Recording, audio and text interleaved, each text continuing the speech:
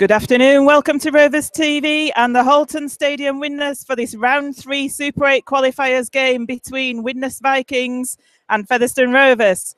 The team lineups this afternoon: first of all, Widnes Vikings, number 1 Reese Hanbury, 17 Stephen Marsh, 3 Chris Bridge, 4 Charlie Runciman, 2 Corey Thompson, 6 Joe Miller, 32 Danny Craven, 10 Jack Buchanan, 9 Lloyd White, 15 Gil Dudson, 11 Chris Houston, 12 Matt Whitley, 13 Hep Cahill. Interchangers: 16 Alex Gerrard, 18 Greg Burke, 35 Danny Walker, 25 Tom Olbison, head coach Dennis Betts. The Featherstone Rovers lineup: number 1 Ian Hardman, 5 Luke Briscoe, 23 Josh Hardcastle, 4 Missy Talapapa, 18 Scott Turner, 6 Kyle Briggs, 7 Anthony Thackeray, 8 Daryl Griffin, 19 Matty Wildy, 13 Richard Moore, 12 John Davis, 21 James Lockwood, and 32 Jordan Baldwinson. On the interchangers: 9 Keel Carlisle, 28 Sam Brooks, 30 Jack Ormonroyd, and 15 Brad Tagg. Head coach John Duffy. Referee this afternoon is Mr. Gareth Ewer. TV, my name's Joanne Fitzpatrick. Before we start talking about the teams this afternoon, we're going to just play a preview. We caught up with the players on Thursday night just before training. We spoke with Missy Talapapa, Richard Moore, Daryl Griffin and coach John Duffy ahead of today's game just to have a chat about it. Let's hear what they had to say. Missy, Widnes on Sunday, Super League opposition, but you're coming on the back of a good performance at London. Yeah, another tough job ahead of us, but quietly confident. You know, they are a Super League team, but I think they're being out of just being, you know, they're probably not being up there where they should be. And for us, it's a great opportunity to take, you know, just full part of it and, you know, try to get a win. I know I'm confident about this weekend, but we have to produce the goods. We have to be at our best. Yeah, it were a tough game last week. We were happy to take the point, but probably disappointed not to come away with the 2 points. I think maybe our skills got a little bit better from week before, but I think we're probably still making too many errors and maybe giving a few too many penalties away. To score 32 points away from home, you know, you'd expect to win. So on Sunday it is Widnes, it's Super League opposition. Are you expecting from them? Yeah, it'll be a tough game. They had a good result against Halifax last week. They are a good team. I've watched them a little bit this year, and they are a good team. You know, they'll be disappointed to be in this far, but you know they'll be taking every game professionally. And you know, it's going to be a tough game. They play real good football there, and you know, we've got to give ourselves a real chance to get in the game. You know, without giving silly penalties away, without dropping ball. You know, I'm really looking forward to it. Yeah, you know, we were in some ways pleased with the performance, but in some ways a little bit frustrated. You know, we let in some soft tries in the first half. You know, they were on top the first sort of 20 minutes, and ultimately it sort of cost us. But you know, we showed some great spirit and determination to come back at the end and get the draw. Yeah. Obviously, the boys are pleased with the performance. Hopefully, we can keep building each week, and looking forward to going over to Widnes this week, which will be a massive challenge for us. Who are the danger players for Widnes, do you think, that you've seen when you've been looking at them? Yeah, I think their halves are going real well at the moment with Craven and that. They were struggling at times with halves, but they've come a long way, to be honest. They're going to be strong. Their forward pack is quite strong as well. But as I said, we're quite confident about weekend. We just got to do our job and focus on ourselves. And if we do everything that's right, you know, we'll come out with a win. And against London, you came out of the blocks pretty well. I know they went into a 14-0 lead. How important is it to do that again against Widnes on their own ground? Yeah, it's massive that we start big. You know, longer we're in the game with them, you know, it could go either way. We did go 14 points behind at London, but you know, character lads to come back from a 14-0 down and end up with a 32 all draw, you know, and credit to the boys really. Yeah, they did. They had a good performance over there. They were real consistent in what they did, and scored some good tries over there as well. So we have to go over with a good game plan and obviously work for longer periods. and you know we still can get better ourselves in each you know, with our discipline at the back end of sets, and just, you know, defending too many tackles, and obviously we keep working on our attack, which is coming together. You know, we're scoring some good points at the minute. They're obviously down a bit of confidence, finishing bottom half of the table with the Super League, and we don't want to give them a chance to get their heads up. And you know, they've targeted the Championship teams as must-win games for them, so they'll be looking for a big start. And if we can control that and find our way into the game, you know, going set for set with them for the first sort of 20 minutes, half an hour, hopefully our game plan then should start to kick in. It's another 4G pitch. You played on one last Sunday. It's quite fast-paced, isn't it? Do you change your game plan at all for 4G pitches?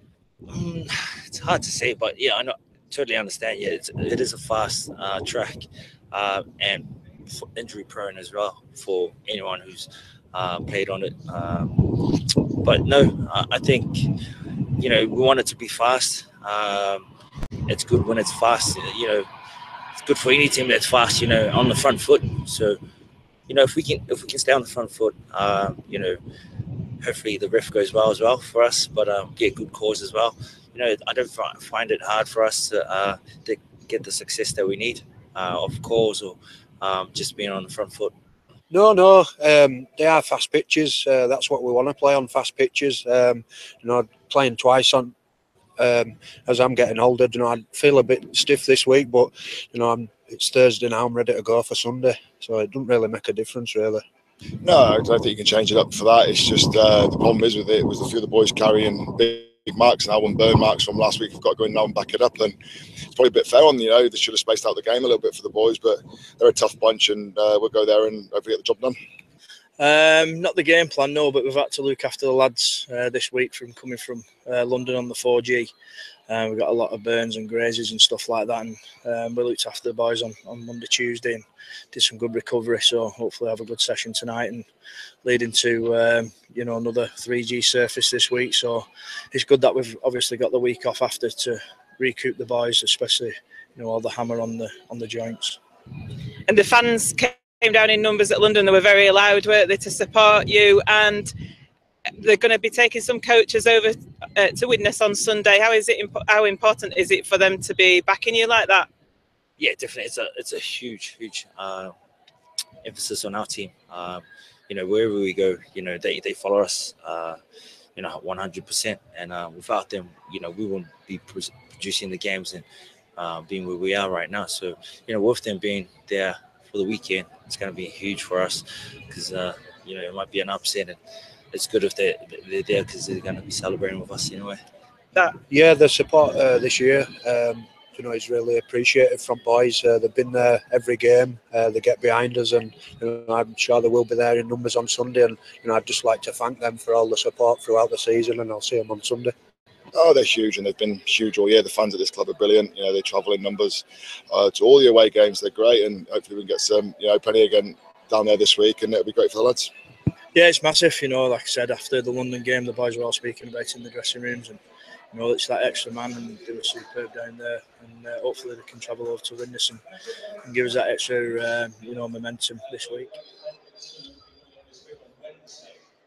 There you heard the thoughts of Richard Moore, Missy Talapapa, Darryl Griffin and Coach John Duffy ahead of this all-important Round 3 Super 8 qualifiers game between Widnes Vikings and Featherstone Rovers. Couple of points that the players raised during that preview. There was one very big emphasis on how rough the 4G pitches are on the skin and joints of the players, and that quite a few of them were struggling after that game to recover, and Conor Farrell has certainly been one of the victims of that. His knee is in bits, unfortunately, and he's not able to start in the starting lineup today. I'll just run down the teams once again. Widnes Vikings, fullback Reese Hambury, wingers Stephen Marsh and Corey Thompson, in the centre Chris Bridge and Charlie Rinseman, standoff Joe Mellor, Danny Craven, props Jack Buchanan and Gil Dudson, hooker Lloyd White, second row Chris Houston and Matt Whitley, loose forward Hep Cahill, interchange for Widnes, Alex Gerrard, Greg Burke, Danny Walker, Tom Alderson, head coach Dennis Betts. Featherstone Rovers lineup. At fullback, we've got Ian Hardman. On the wings, we've got Luke Briscoe. Scott Turner's returned into the side today for the injured Chris Unya. In the centres, Josh Hardcastle, Missy Talapapa. In the halves, we've got that ever-present under John Duffy halfback partnership of Kyle Briggs and Anthony Thackeray. Props, Darryl Griffin and Richard Moore. Starting at hooker is Matty Wilde, ever-present for Featherstone Rovers this year. Second row, we've got John Davis, James Lockwood returning after that one-match ban for tripping. And in it, loose forward is Jordan Baldwinson. Connor Farrell, as I said, missed out due to that injury to his skin on the London 4G pitch.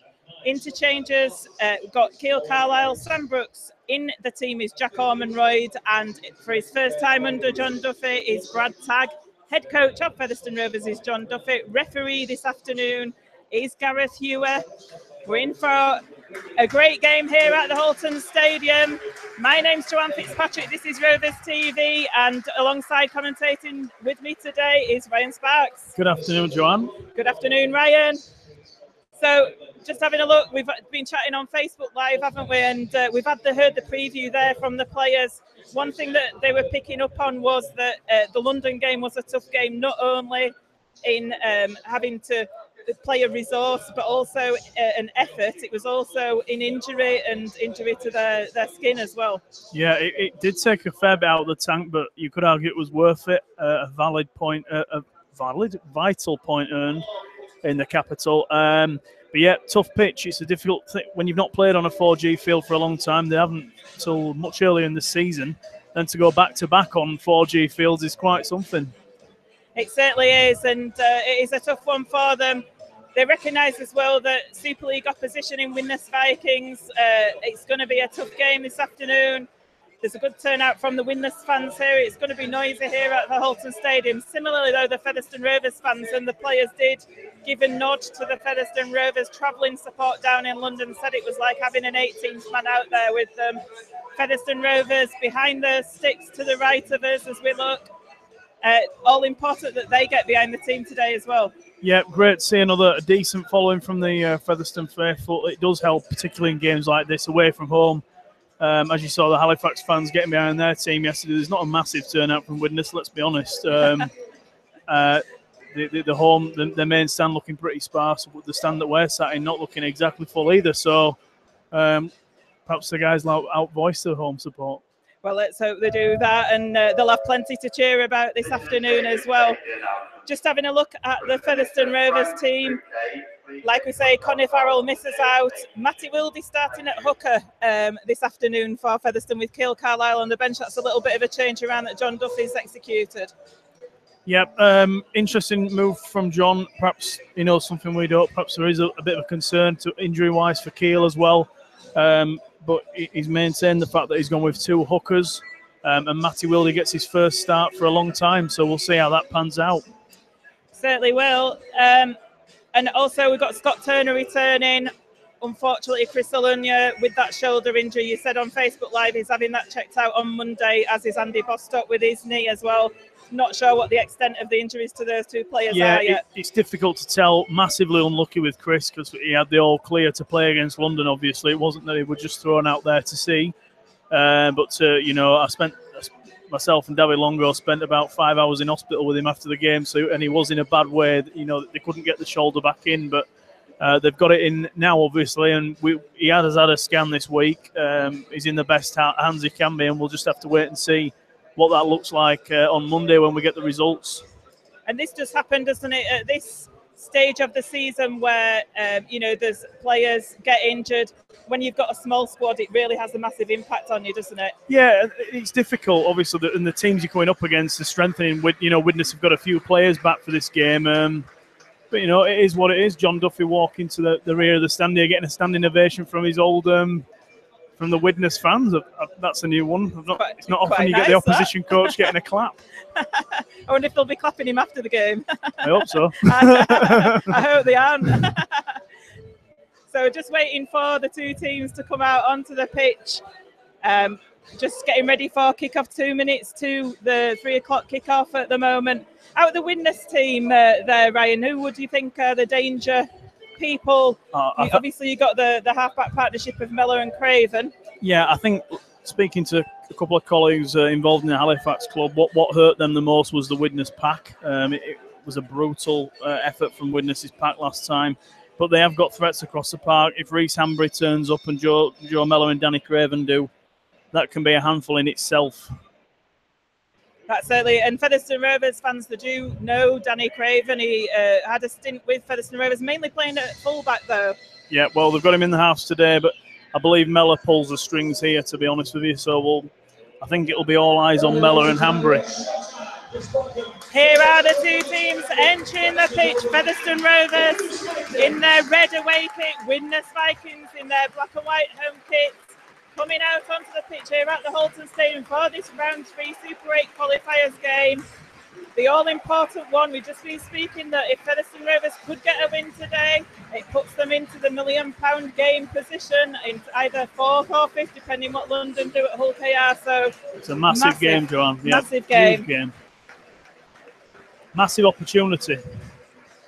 Certainly is. Featherstone Rovers, all important to get out of the blocks straight away, isn't it? And get into the faces of Widnes. That's what you have to do against Super League opposition and not let them back into it at any point. Yeah, the start's going to be crucial. We discussed that. I'm absolutely certain it will be as well. Both teams just lined up at the moment. Featherstone Rovers lining up with the Featherstone Rovers Lionesses, who played in pre-match and had a hefty win here, which was good to see. So good to see that the ladies' game's taking off well in the town of Featherstone. So who goes to signal the start of the game, says that the game is ready. Gareth Ewer with the ball in the middle of the field. It looks like Widnes are going to kick this game off to Featherstone Rovers. Featherstone are going to be playing left to right as we look here on the camera towards their own fans in this first half.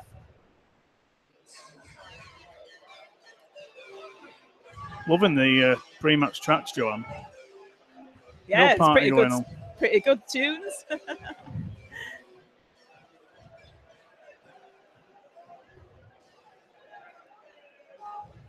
Reece Hanbury that's going to get this game underway. And he does. Kickoff goes down to the deep to the left to Ian Harmon, who collects it safely. He passes it to Richard Moore, who takes it over the 10-metre line. 3 Widnes tacklers in on that first play. Wildy in at dummy half. Hardcastle takes it over the 20. Wildy to Griffin. Griffin passes it to Kyle Briggs, coming along the line, and Featherstone showing a bit of expansive play early doors. Yep, it's going to be interesting to see what approach John Duffy's taken as to how they handle Widnes in these opening exchanges, Joanne. Darryl Griffin it is now, who takes it up to the halfway line. It's a good set so far from Featherstone Rovers. The referee's hand goes up to signal the last tackle. Comes to Thackeray. Puts the boot to ball. It goes high up into the air. Hanbury's going to have to chase it. He takes it well, though, and he takes it on his own 30. So perhaps not as deep as Featherstone would have been looking to turn that ball over. No, Thackeray going to the air on the fullback Hanbury. Perhaps a little bit of game plan in that, but a decent first set from Featherstone. Certainly was, and it's Featherstone need to back this up with the set in defence now. Scurry from Stephen March, but he's driven back to his own 40. Wildy in at that tackle with James Lockwood. Widnes just over halfway now. It's coming out to that right-hand side. John Davis went to, Richard Moore went to take the tackle, just missed it, but Featherstone wrap him up, and it's the last tackle 35 metres away from the Featherstone try line. Widnes as they put a kick over to the left. It's going to be for Luke Briscoe to take. He takes it well.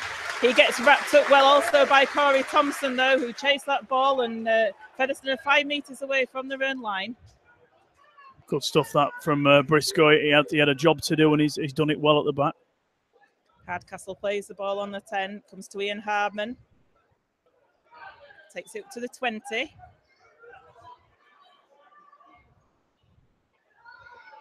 John Davis now on the charge, takes it over the 30. It's a dry day here at Widnes, so we're expecting a fast track. It comes out to Richard Moore, who gets it to Kyle Briggs. Kyle Briggs unable to get the ball away, though, and gets tackled. It's the last tackle, 32 metres away from their own line, so still deep in their own half. Featherstone, as Thackeray puts that kick away, goes straight into the hands of the Widnes player. Same kick again there to Hanbury. I'm not sure what they're looking for Featherstone, because 2 from 2, Hanbury looks safe as houses under the high ball. Widnes already into the Featherstone half on the second tackle, so under the cosh a little bit with this set half. Featherstone, it's coming down that right-hand side with Chris Bridge, very experienced player. Widnes now just over 20 metres away from that try line. It comes to Joe Mellor.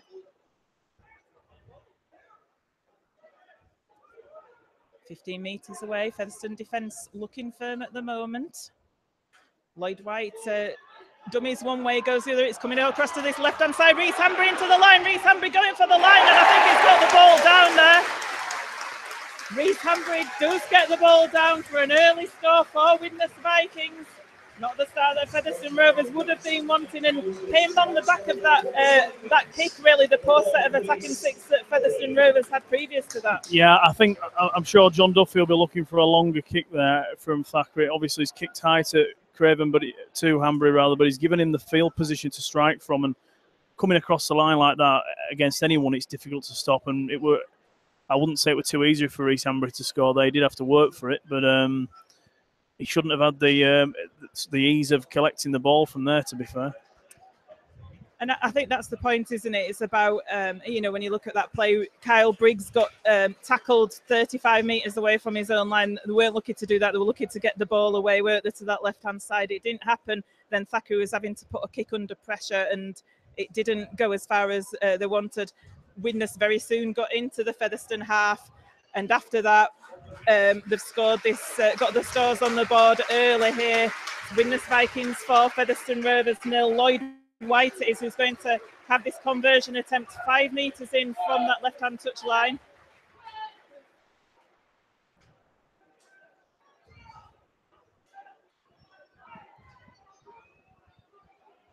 Just taking his time, just eyeing up the posts. Wide of the mark. He's just gone to the left, hasn't he, there with that conversion attempt. So it remains, after 5 minutes of play, Widnes Vikings 4, Featherstone Rovers 0 here at the Halton Stadium in this round 3 Super 8 qualifiers game. Yeah, it's going to be interesting now to see how Featherstone respond to that.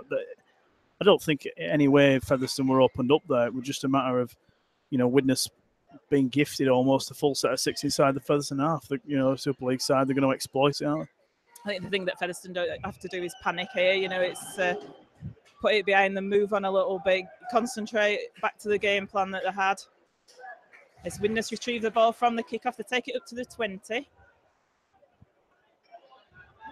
Going up the middle of the field now, Widnes over their own 30-metre line. They'll be looking to get back into that Featherstone half. It's taken forward by Cahill. He takes it up to 5 metres short of the halfway line. Lloyd White in at dummy half. Dudson gets tackled just short of the Featherstone Rovers 40. Going down this left-hand channel with Charlie Runciman. It's the last tackle. Widnes 25 metres away from the Featherstone line. Danny Craven with the ball. He hoists a kick up high up into the air for Ian Harmon to take, which he takes well.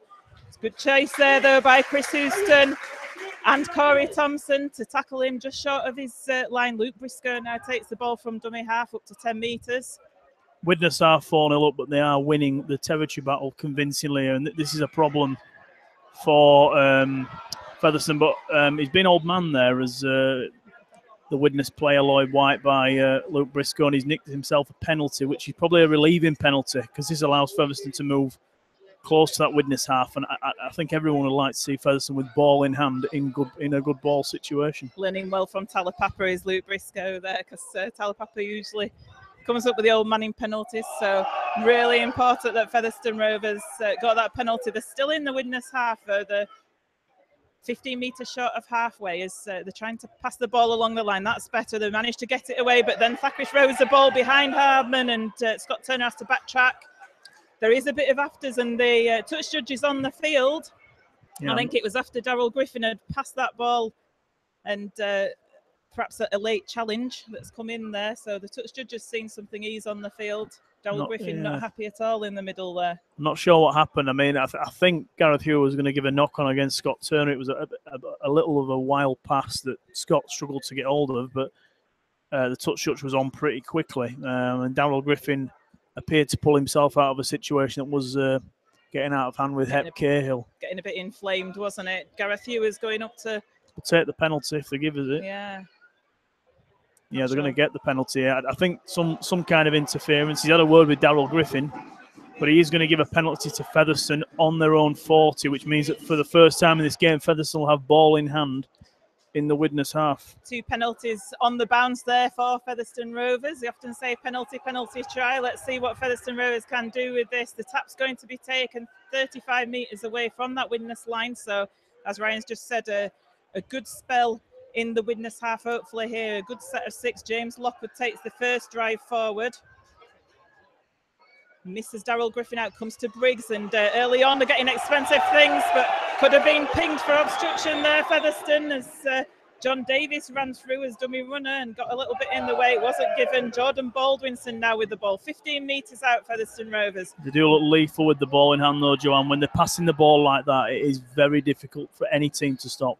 Briggs now with the ball. He gets captured with ball in hand by Lloyd White. Wasn't able to get the ball away. Lost a little bit of ground there.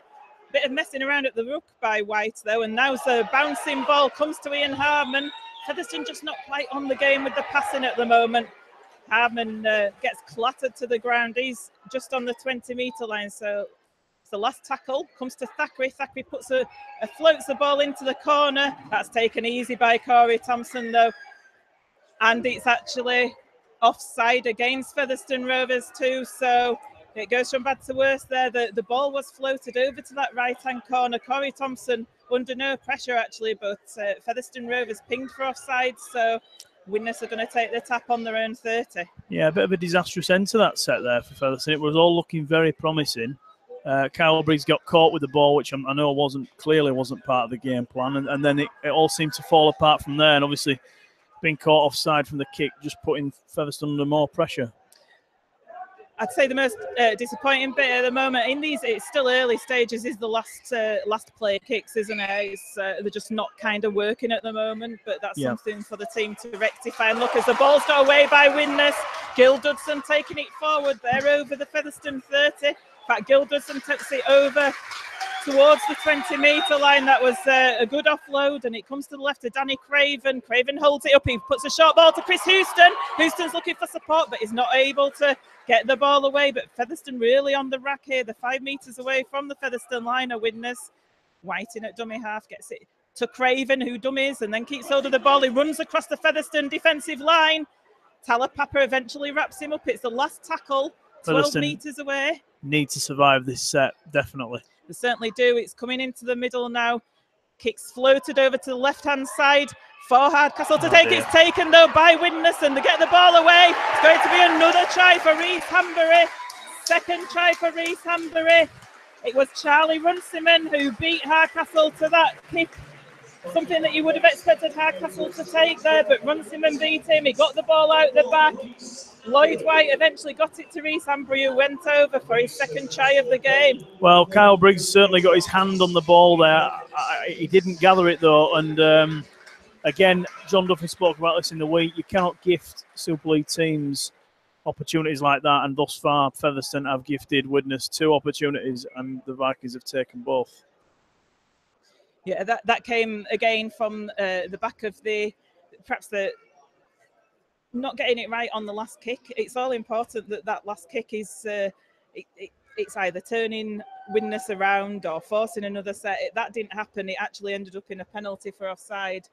Widnes marched down the field. They were managing to offload the ball, and eventually even with the last play, it looked as though Featherstone could keep Widnes out, but they were unable to do so. Hanbury. Yeah, they'd done all the hard work, but it was from the kick. And obviously at the moment, Widnes's last tackle options appear a little more potent than Featherstone's, and they've just taken the opportunities of Widnes. I don't think it's a sort of in any way anything dramatic.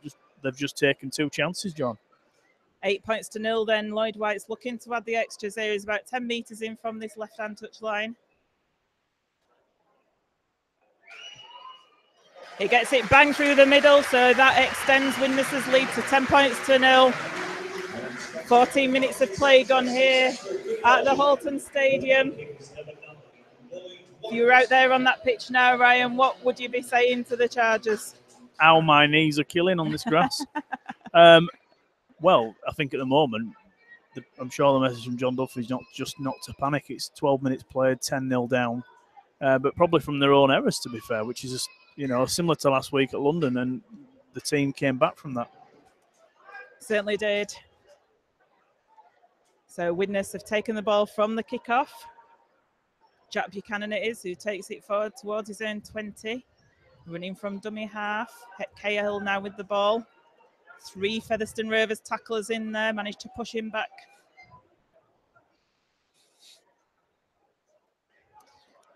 They've been allowed a lot of time on the ball, Joanne. Featherstone do need to move up, and that's another penalty now against them. Yeah, I was just going to say Wildy and Hardcastle just not getting off Buchanan. He'd had an acre of time to run the ball forward, hadn't he? And that's the other thing that Featherstone need to do is quite a long kick comes from Widnes. They're going to take the tap 25 metres away from the Featherstone line. So Featherstone under pressure once again as that tap comes from Charlie Runciman. Takes it over the 20-metre line. Danny Craven's having a real say in this game so far. Cahill now. Strong running. Takes the ball 5 metres away from the Featherstone line. They've got 4 tackles left in this set. Lloyd White in at dummy half. Comes to Danny Craven, shapes one way, goes the other, gets it back to White. White with a short ball to Chris Houston. Could use an error at this point, Featherstone. Lloyd White in at dummy half once again. Gets it into the middle to that pivot man, Danny Craven, who's running the show to Mella. Mella showing it, and it's going to be a short ball, but Missy Talapapa read that well there. Managed to try saving wrap them up. From Talapapa. Certainly was. Read it really well, that play. Chris Bidge with the ball in hand. Comes down into the middle of the field. Widnes just going to play this ball. It's the last tackle 8 metres away from the Featherstone line. It's coming across to this left-hand side again, and there's men over. And the ball is down by Charlie Runciman. Just getting in quite easily a Widnes here at the moment, aren't they, against this Featherstone Rovers line defence? Yeah, interestingly, Featherstone are making it right through to tackle 5. No problem at all. But it's the 5th tackle, and Widnes don't really look to have broken sweat yet, and they're 3 scores in front, which is exactly where London were this time last week as well. I'm not sure. Yeah, they just appear to have a man over every time on the left, and they're throwing the ball very quickly. They're spotting gaps on Featherstone's right flank, and they're exploiting it big time at the moment. And Luke Briscoe is down as well, which could be a further setback from this. So there's just getting some attention there, Luke Briscoe. I think it was in the act of trying to prevent Runciman from scoring, but yeah, all 3 tries have come on that left-hand side, haven't they? The right-hand Featherstone defensive side. Yep, that's where Widnes obviously appear to have believe there is a weakness in the Featherstone armour, and at the moment, as you say, the 3 tries have literally come on the same spot, one after another. And at the moment, they're scoring a try every 5 minutes, which is a tad worrying for Featherstone. They need to get the ball, and they need a little possession, to be fair. I can't even think the last time Featherstone had the ball. It's been just need to penalty try on the last sort of 2 or 3 sets. Lloyd White now with this conversion attempt 5 metres in from the left-hand touch line. And that's successful. Widnes further extend their lead. 16 points to 0 here at the Halton Stadium. It is a matter of Featherstone Rovers trying to stem this Widnes tide at the moment. They're certainly under pressure in terms of territory, possession and the scoreline. Yeah, this is a really important set now for Featherstone. 16-0 down. They cannot let it move any further away from them. They need to score next. They certainly need to sort of stem the flow a little bit of the way the territory is flowing. Certainly do. Kick-off delayed just slightly there as Danny Craven is just getting seen to. Luke Briscoe is back on his feet, by the way, and back in play. Buchanan bringing. Griffin and Baldwinson have left the field. There's been a double substitution, so there's been a little bit of reaction to those 3 tries. Jack Elmonroyd's come onto the field. Yep. And Sam Brooks, both in that tackle there. Let's see what they can offer. Go forward isn't the problem at the moment, though, Featherstone. It's goal line defence, and that's we'll have to see if they can tighten it up on the right side. Sam Brooks on the field. He had a great game at London, to be fair, last week. Certainly did. Widnes now just over the halfway line. Buchanan it is who takes it over. It's the last tackle, just short of the 40. Comes into the middle with Cahill and then to Miller. They're winging it out wider, Widnes, and the kick comes from Chris Bridge. Harmon takes it under pressure from Bridge and he manages to knock him off, but gets wrapped up on his own 10-metre line. So Featherstone having to bring it. I think Harmon felt that as well. He's got really gingerly there. Featherstone having to bring it out from the wrong end of the field once again. Talapapa now with the ball in hand. Yeah, they need something here, perhaps a penalty just to free up a little space for themselves. A lot of hard work going on here. Will be taking it from dummy half. The ruck's real slow. It is, isn't it? And Widnes look happy to play it at that level, you know, that sort of speed as well. They're not in any way looking for a quick play of the ball. It's actually Featherstone who are looking to play a little quicker. Last tackle, Kyle Briggs puts the kick in. It ricochets. It's taken there. Just in the Widnes half, so Widnes getting a full set of 6 in the Featherstone half once again. Again, not able to get that ball away. I think perhaps it's difficult for the halfbacks to get that last ball away because the platform's not being built in attack. Yeah, that's the problem though, isn't it? It's because the issue we've got is the kicks just aren't going deep enough. So obviously Kyle's kick, well, I'll leave you to... Yeah, it's Rhys Ambry going through on that right-hand side. He's looking for his hat-trick. He gets hauled down 9 metres away from that Featherstone line. Joe Miller now gets it to Dudson, passing it along the line. Lots of time for Widnes to pass it along the line, get it to Houston on this left-hand side again, and Runciman's going. It's another try for Widnes on this right-hand side of the Featherstone defence. It's in exactly the same spot as the previous 3 tries, so that's 4 tries now that Featherstone Rovers let in at the same position. Yeah, it's just like deja vu 4 times. The ball, the 5th tackle kicks, frankly not good enough. It's not long enough, and I do not think Widnes have had to clear their own line once in this game, and with 22 minutes left to half time, that's a concern. And every time again in this left-hand corner, they've exploited it and scored a fairly straightforward try through just pass. Yeah, point a minute. Widnes are scoring at the moment. It is Widnes Vikings 20, Featherstone Rovers 0. Kick to come. Lloyd White's had plenty of kicking practice on this left-hand side in this first half.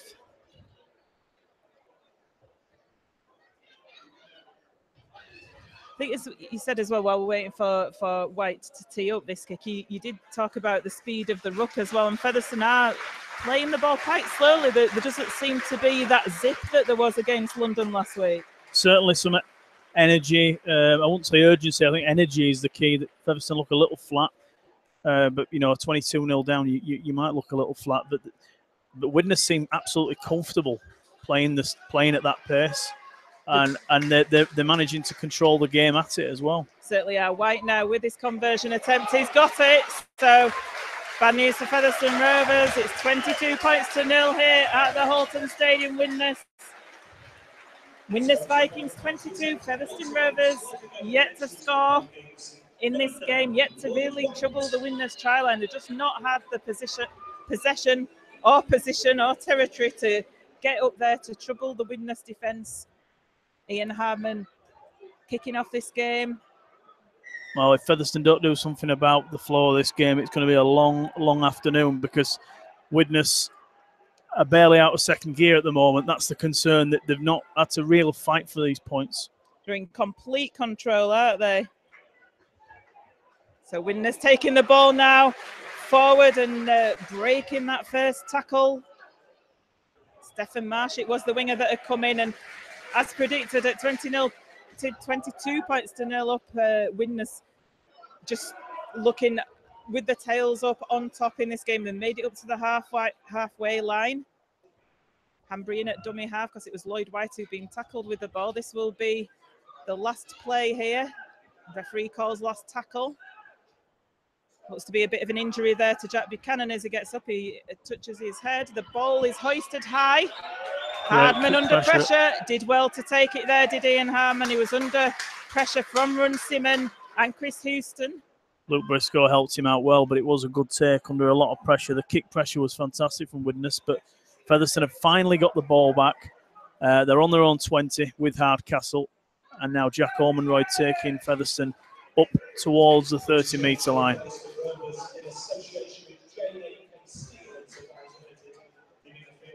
Sam Brooks did well to take that ball there. It was a bit of a high ball from Keil Carlisle.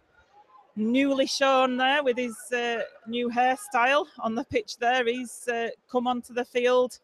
Kick comes from Kyle Briggs. He just drills it into touch. So Featherstone Rovers forcing Widnes to have a scrum. It's perhaps not as deep as you'd have wanted it. It's 32 metres away from the Widnes line. Is that scrum? But it's after 21 minutes. It's the first scrum of the game. It's a breather, isn't it? Which shows you that the error count has been massively low. In fact, that there hasn't been an error yet from either side, has there, after 21 minutes? No, I don't think there has, actually. So, yeah, first scrum of the game, and certainly the Featherstone defence has been under immense pressure for the most of this first half. So it comes out the back of the scrum now with Chris Bridge. Takes it up just short of the 40. Thackeray and Lockwood in the tackle there. White going from dummy half. He gets it out to Joe Miller. Takes it over the halfway line. He's 5 metres, well, a couple of metres into that Featherstone half is Joe Miller as he gets put to the ground. Buchanan now is recovered from that head injury that he had earlier, and he's got the ball in hand now. Takes it just short of the Featherstone 40. Craven. Dummies, he nearly got it away to Chris Houston, but that was good tackling there by John Davis and Richard Moore to prevent him from doing so. White now goes behind Hep Cale. He had to reach behind for that ball. Lockwood tries to tackle him, but Hep Cale gets the ball away to Buchanan. Buchanan's going up the middle and looked to pass, but there wasn't anybody there. It's the last tackle now, 22 metres away from the line. Craven puts a kick over to that left-hand side to Luke Briscoe. Briscoe almost doesn't get it, and now he's away with the ball. He gets 18 metres away from the Featherstone line. Surely that's a penalty, and Gareth Ewer says, yes, it is. Full credit there to Luke Briscoe. What a fantastic take under pressure, and then to escape 3 tackles. That's probably Featherstone's best meter gain so far.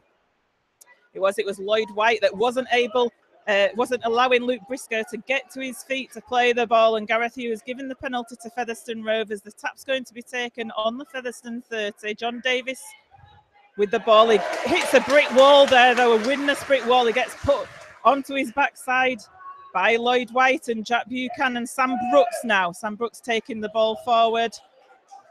Well, this was always going to be the challenge because the Widnes pack is phenomenal, and so far it is winning, unfortunately. A great dart from Keil Carlisle from dummy half. Gets Featherstone into the Widnes half. What can Featherstone do now? Richard Moore with a short ball to Jack Ormonroyd. Good, quick play the ball by Ormonroyd. Keil Carlisle from dummy half. He takes it to 15 metres away from the Widnes line. It's the last tackle. Kyle Briggs in at dummy half. Gets it to Thackeray. Thackeray with a little kick over the top for Scott Turner. Scott Turner manages to gather it. Gets the ball away to that left-hand side. Featherstone looking to go in at that left-hand corner. Have they got the ball down? My word. They have. Featherstone Rovers have scored. What a finish. I cannot wait to watch that one back. the ball from Scott Turner flicked out the back. I think it fell into the hands of someone else. Was it Thackeray? And then he flicked it again to Talapapa, who appeared to be running on top of the whitewash when he jumped to score. Ridiculous effort. I cannot wait to see that one back. And do you know what, in the build-up to that try, do you know what it was? It was a couple of darts by Keil Carlisle from dummy half. It was the quick play of the ball by Jack Ormonroyd, and then the dart from Keil Carlisle that put Featherstone into that position. They managed to make quite a few, 70 metres up the field for that score. They'd taken the tap on their own 30 to make it up. So it's going to give some confidence back to the Featherstone attack, isn't it? 22 points to 4. The exciting part about it is that was Featherstone's first genuine attack on the Widnes line, and they've come away with some points. They've got a little bit of work to do, obviously, to get the scoreboard back down, but there are only 3 scores adrift now, and one more before half-time, and you start to believe it's possible. I mean, that is a sensational effort from Missy Talapapa. You cannot take it away from him. And leave the field for Widnes Vikings. They're making a double interchange as Ian Hartman cues up this kick. It's on that left-hand touch line. It's a difficult one. Featherstone crowd will tell you that he's not successful with that one, so it remains Widnes Vikings 22, Featherstone Rovers 4. Featherstone Rovers on the scoreboard at last in this game, and like Ryan's just said, it's the first attack that Featherstone have had on that Widnes line, and they managed to breach it fairly comfortably, and good play, keeping the ball alive to make that score. So Widnes kicking off to Featherstone Rovers.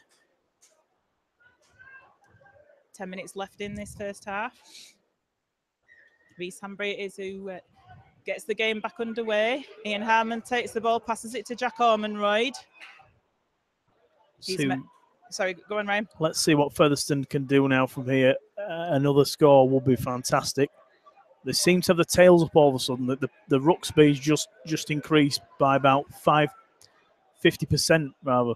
Do you think it's the introduction of Carlisle that's made that change? It just seemed to have been quite a marked change since he's come onto the field. You spoke about a lack of zip, and it's certainly come from Keil Carlisle. And sometimes it usually comes from Matty Wildy, perhaps just the way it works. You know, when you bring a hooker off the bench, they're fresh, they can see what's gone wrong in them first 20, 25 minutes, and they do something different. And Keil's certainly done that. Featherstone have got a lot more go forward since he's come back since he's been introduced. Another man who's made a big difference, Jack Ormonroyd, driving it forward, quick play the balls. Last kick there from Keil Carlisle, and not the best. It goes into the hands of Corey Thompson.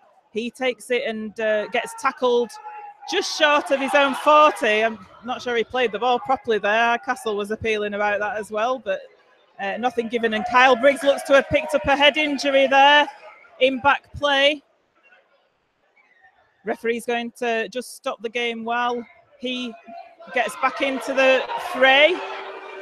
Widnes fans in front of us don't like that, but with a head injury, the referees do have a duty to look after the players, but he seems to be okay to carry on, does Briggs. Taken over the 40-metre line now. Coming out to this right-hand side with Hambry and Bridge. Strong player is Bridge, the right centre for Widnes. It's the last tackle, and it's 15 metres away from the Featherstone line. Must survive this kick, Joanne, this time. Joe Miller with a copycat kick over crossfield, and Widnes managed to drop the ball on that occasion. I think it was Runciman was trying to leap above Hardcastle and Briscoe. Good shielding by the Featherstone players, but Runciman not able to deal with it. So the turnover occurs on the 10-metre line. Luke Briscoe. Yeah, that is the. I guess Widnes seem to have this threat. Miller's high-hanging kick to the corner, and it does seem to unsettle Featherstone, but they're beginning to deal with it now, which is the main thing. And look at this from Hardcastle. Hardcastle going through, he breaks through, he spotted a gap. There was a Widnes player slow to get back into the line. He spotted that well and took advantage of it. Thackeray with a little bit of interchange to Hartman in the middle of the field. Hartman gets tackled on halfway.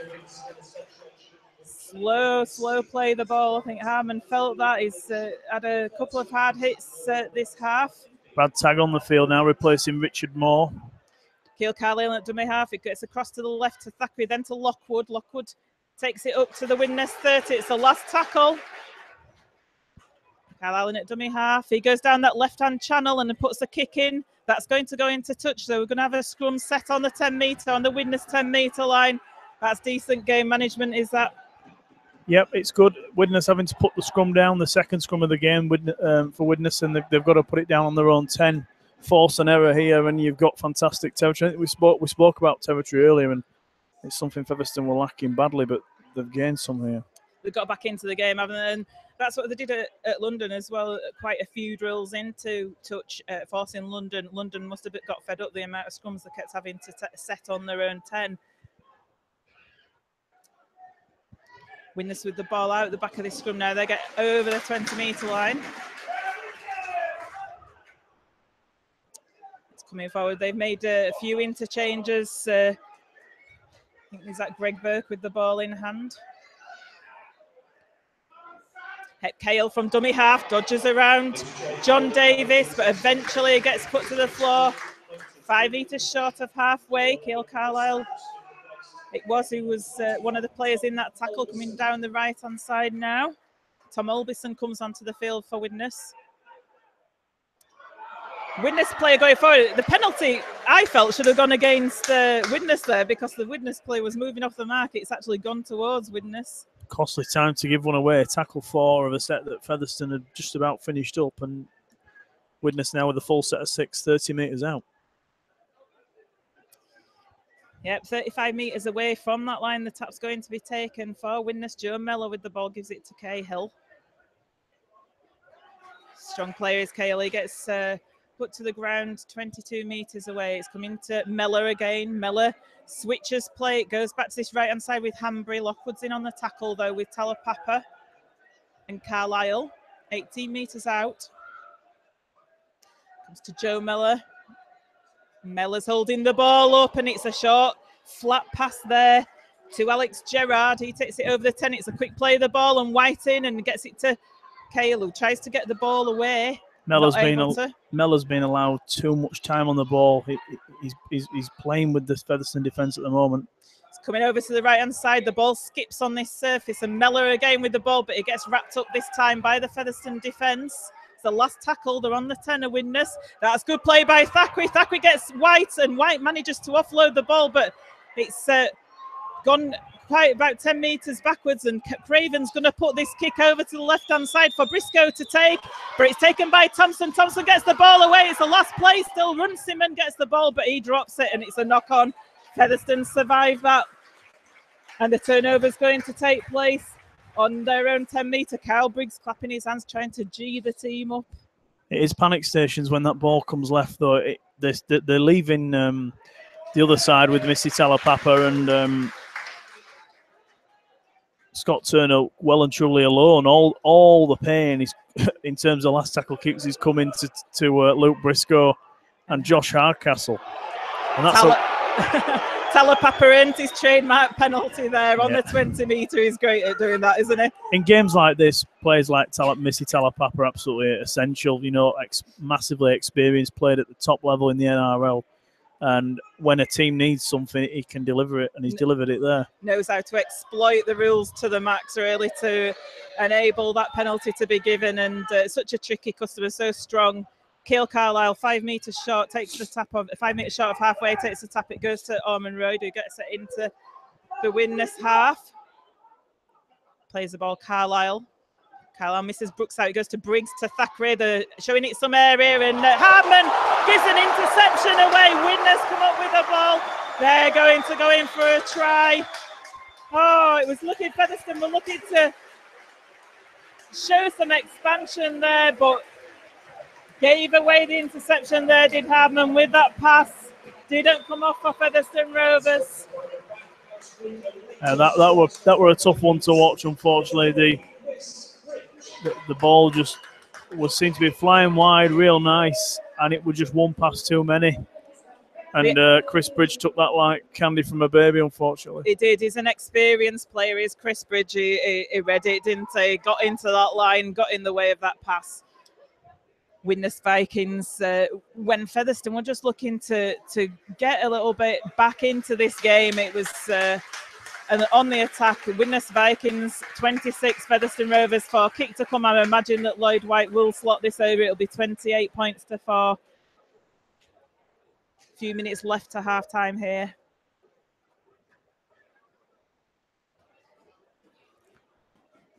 It's a killer, isn't it? That yeah, really, when you're on the attack, you're in the opponent's half, and yeah, it's a tough one to take. I mean, that was starting to look like Featherstone could get into double figures going into the break, meaning they'd be only sort of 2 scores adrift, but now 3 scores adrift, now 4 scores adrift. Sorry, and different picture, isn't it? Very different. I'm sure that'll change John Duffy's halftime team talk a little bit. And, you know, as you saw yesterday, Halifax only conceding a sort of 2 or 3 tries against Warrington. Points difference could be king come the end of the qualifiers, particularly for those 6th, 7th, 8th positions. And at the moment, this is going to be hurting Featherstone's points difference slightly more. And this is, you know, there is a difference, you know, okay, you're not in the £1 million game. There's a difference in prize money. Is a sizable difference between those positions. Massive difference, yep. 7th and 6th, you're talking 100,000. So maybe more, actually, I think. So, yeah, these games are almost £250,000 games in their own right. Yeah, it's when you look into next season's Hardman kicks off. It's a deep one. Widnes retrieve it safely though, and they take it up to 15 metres away from their own line. And yeah, it's about the money to build for next year and enable the team to build for next year. So it's important where they finish. You know, it's good that they got into these Super 8 qualifiers groups, whereabouts in these qualifiers that the team finishes.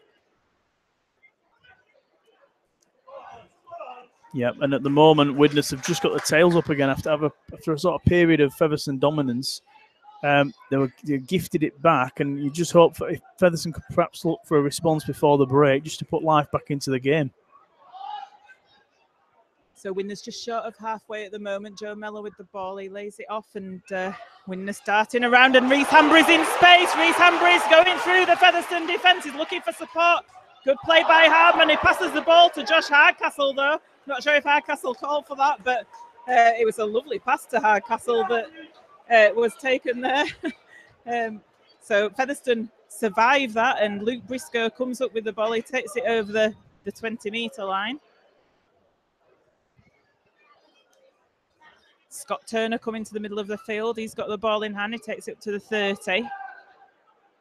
The Featherstone 30, that is. Talapapa. A few of the 3 quarters taking the ball up now, giving the forwards a little bit of a rest. James Lockwood takes it over the halfway line. That's a good drive by James Lockwood. It's the last tackle, though, and Keil Carlisle gets it to Thackeray on this left-hand side, who just drills it into touch. Yeah, Featherstone clearly looking to slow the Widnes attack down, kicking the ball dead. That's the 3rd time they've tried that. You know, and in theory, if the scoreboard wasn't reading 28-4, I think that'd be a great play. You know, obviously against London, it worked because we were slowing London down and getting back into the arm wrestle. But Widnes are pretty solid in defence, and every time they get the ball in the sort of Featherstone 3rd, they do look very dangerous. To be fair, they've got some lethal players, and they're all playing quite well today as well. Mellor, Craven, and Hamber at the back. Having a good game as well. Cahill very dangerous with the offload. Yep. Yeah, so Widnes with the ball from that scrum. They make it over the 30. That's a good run there. Brooks in with Ormonroyd on the tackle, though. Widnes on their own 40 line. Queuing up to take the ball. Widnes, it goes over to this left-hand side with Runciman. A bit of a mess, and a penalty goes to Widnes. Featherstone not clearing the ruck there. Almost at half-time, what are Widnes going to do? Danny Craven puts the ball into touch. Yeah, this half just hasn't gone to plan at all for Featherstone. And whatever Widnes had planned to execute, I think they've executed it. It appears their entire game plan has been to come down Featherstone's right side. And they've got some real change out of that, to be fair. Brad Taggart is there, who's down with a head injury at the moment. He's just getting seen to.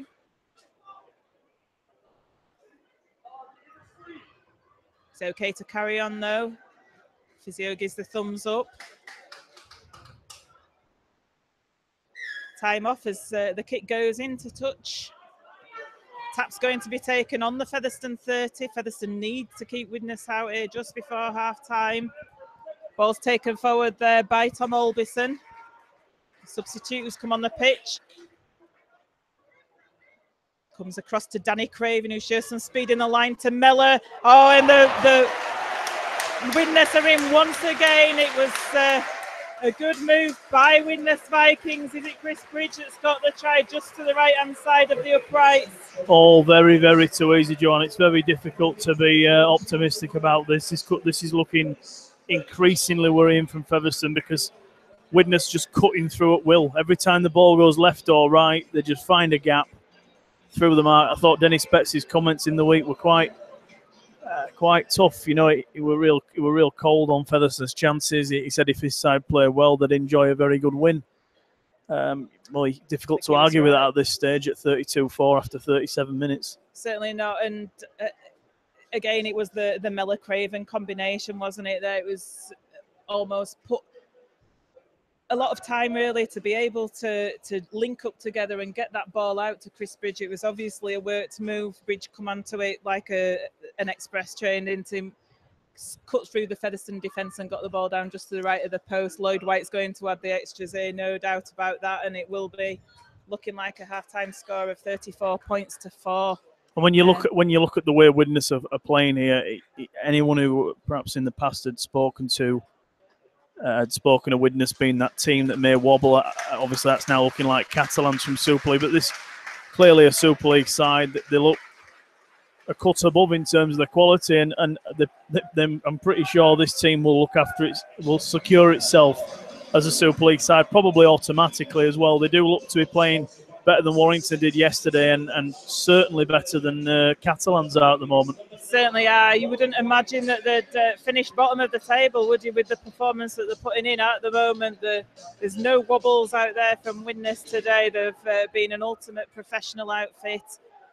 I'm sure the fans are frustrated having watched them struggle to win games this season, and then, you know, a bit playing as well as they've played in the last couple of weeks in the qualifiers.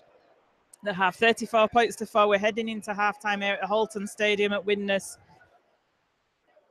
Widnes with the ball in hand now. They're just short of their own 20 from that kick-off. They're giving it some width. Josh Hardcastle in with the tackle, though. Finished off by Briggs and Carlisle.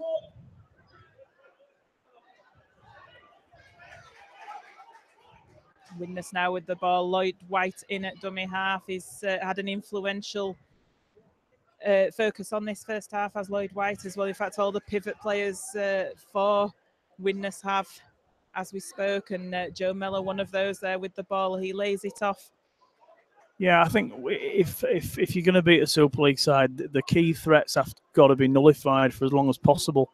And just this afternoon, if you know the sort of names that every team will probably put on the tip sheet when playing a team like Widnes, they're just not. Oh wow! Hardman there with a knock on. It was a high hanging kick from Joe Mellor. We've seen them so often, haven't we? This first half, and Hardman, he looked to just misjudge it a little bit. The ball came down in front and he was having to reach out for it, and unfortunately he wasn't able to take it cleanly, and he's knocked on as he's gone down to the floor. So it's going to be a scrum to Widnes, 15 metres out, and I think we're just like waiting for this half-time hooter. Yeah. It's like, please.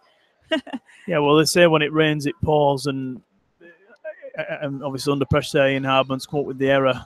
He's been pretty safe under the high ball so far, but the way Widnes sprint to pack that scrum shows you their intent here. Their intent is to really damage Featherstone, and they look like they're going to. Down this left-hand side again. Chris Bridge has come down the left. He tries to get the ball away.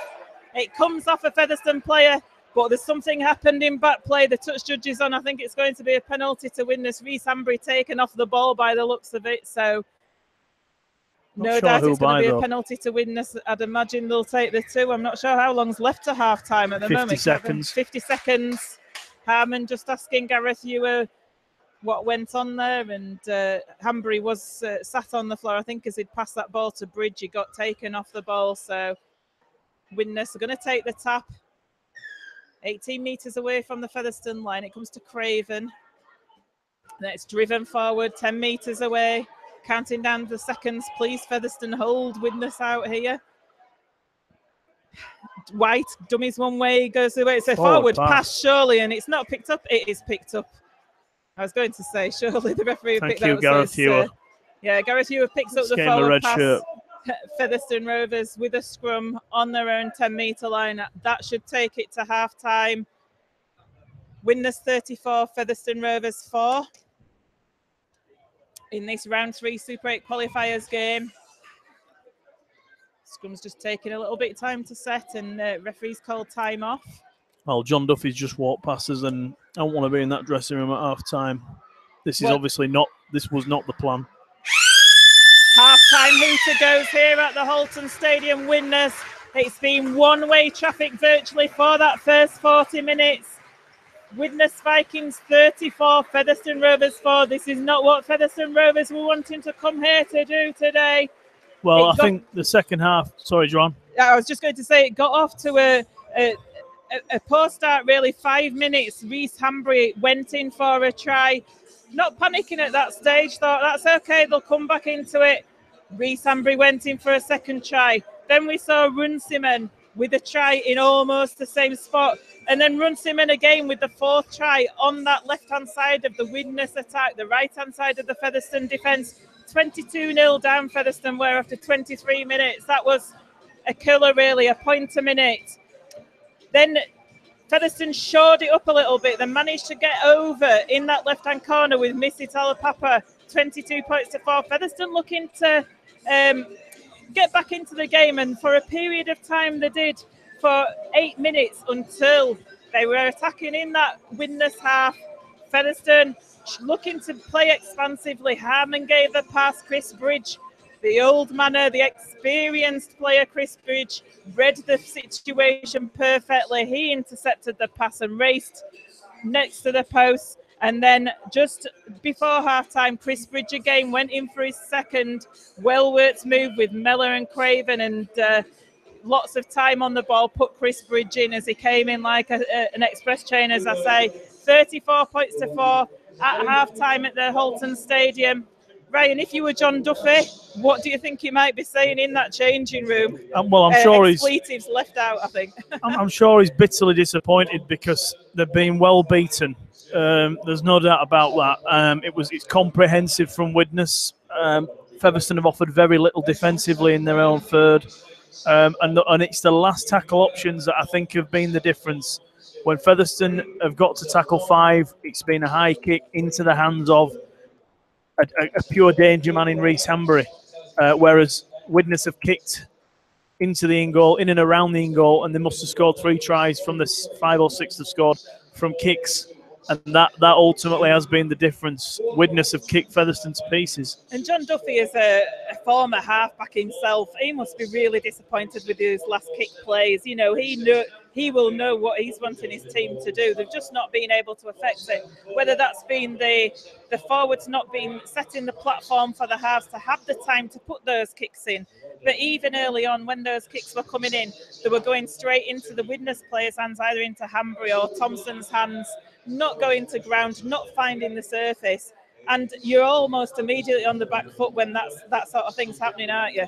Yeah, well, sadly, like I mean, we said before the game, Featherstone dangerous playmakers, but they also go up against a massive pack, and it's a pack that well and truly beat Halifax last time out, and at the moment they're having the same sort of success. That is ultimately the issue. Hep Cahill's offload needs to be looked after, and so far it's not been. He's had 4 or 5 clear offloads, and 2 or 3 of them have led to tries. But for me, the real danger man is Mellor, and Featherstone have got to get hands on him. He's been able to essentially stroll in a dinner jacket in and out of the Featherstone backline. It certainly has. So it is Widnes Vikings 34, Featherstone Rovers 4 here at half-time. Please join us for the second half on Rovers TV. Hopefully it will be a better situation for Featherstone Rovers looking to come back. Can Featherstone Rovers get anything from this game whatsoever?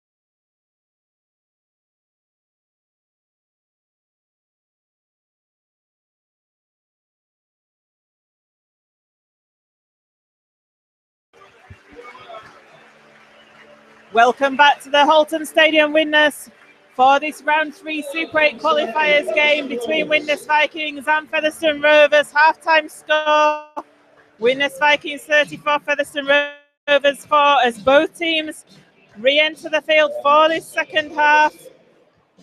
John Duffy, I'm sure, wouldn't have minced his words in that half-time dressing room for Featherstone Rovers. See what response his players provide. Certainly got to stem the tide, really, hasn't it, Ryan? Yeah, a response at the very least. You know, if anything at this stage, the game is probably gone. You know, 30 points adrift, 5 converted tries just to level it. But let's just narrow the gap, get the points difference fixed up. If it's going to be a defeat, which on paper most people would have predicted, the pundits, at least let's not make it where it really hurts our qualifiers campaign. So this second half gets underway with Ian Harman kicking the ball off to the Widnes Vikings. It's taken by Danny Craven. And the ball's driven up there towards the 20-metre line. So Widnes with the ball in hand. Bookies were giving Widnes 40-point start on this game. I thought it was a little bit generous, but on the showing of this, they look to be exactly right, do the bookies? Yeah, they gave a 30-point start and a 29-point start the other day, but, well, they're absolutely on point if the game was to finish now. Certainly are, so... That's what they paid the big bucks for. Widnes 5 metres short of the halfway line. Ooh, forward pass. Not spotted by the officials. They'll just make it into the half. So that's a good defensive set by Featherstone Rovers. And it's going to the left-hand side with Danny Craven. Good chase by Carlisle on Craven. It's a high ball, and they've allowed it to bounce off Featherstone.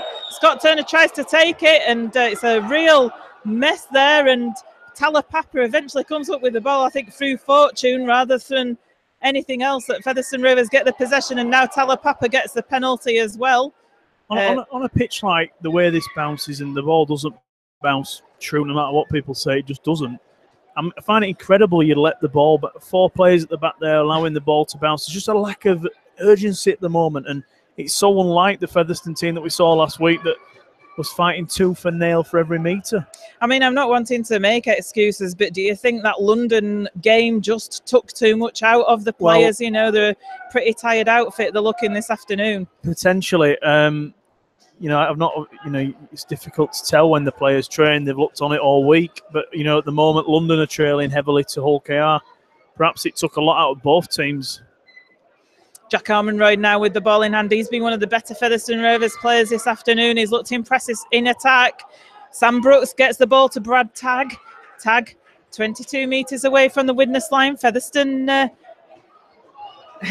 Widnes really slow to get off Brad Tagg there. It comes to Thackeray. Thackeray across to Briggs on this right-hand side. Briggs puts a little dab through. It goes behind Hanbury. That's a good kick, and they're looking to force the drop out. And Davis with a great chase. That's better from Featherstone Rovers. That's what we want to see. What a great response that is.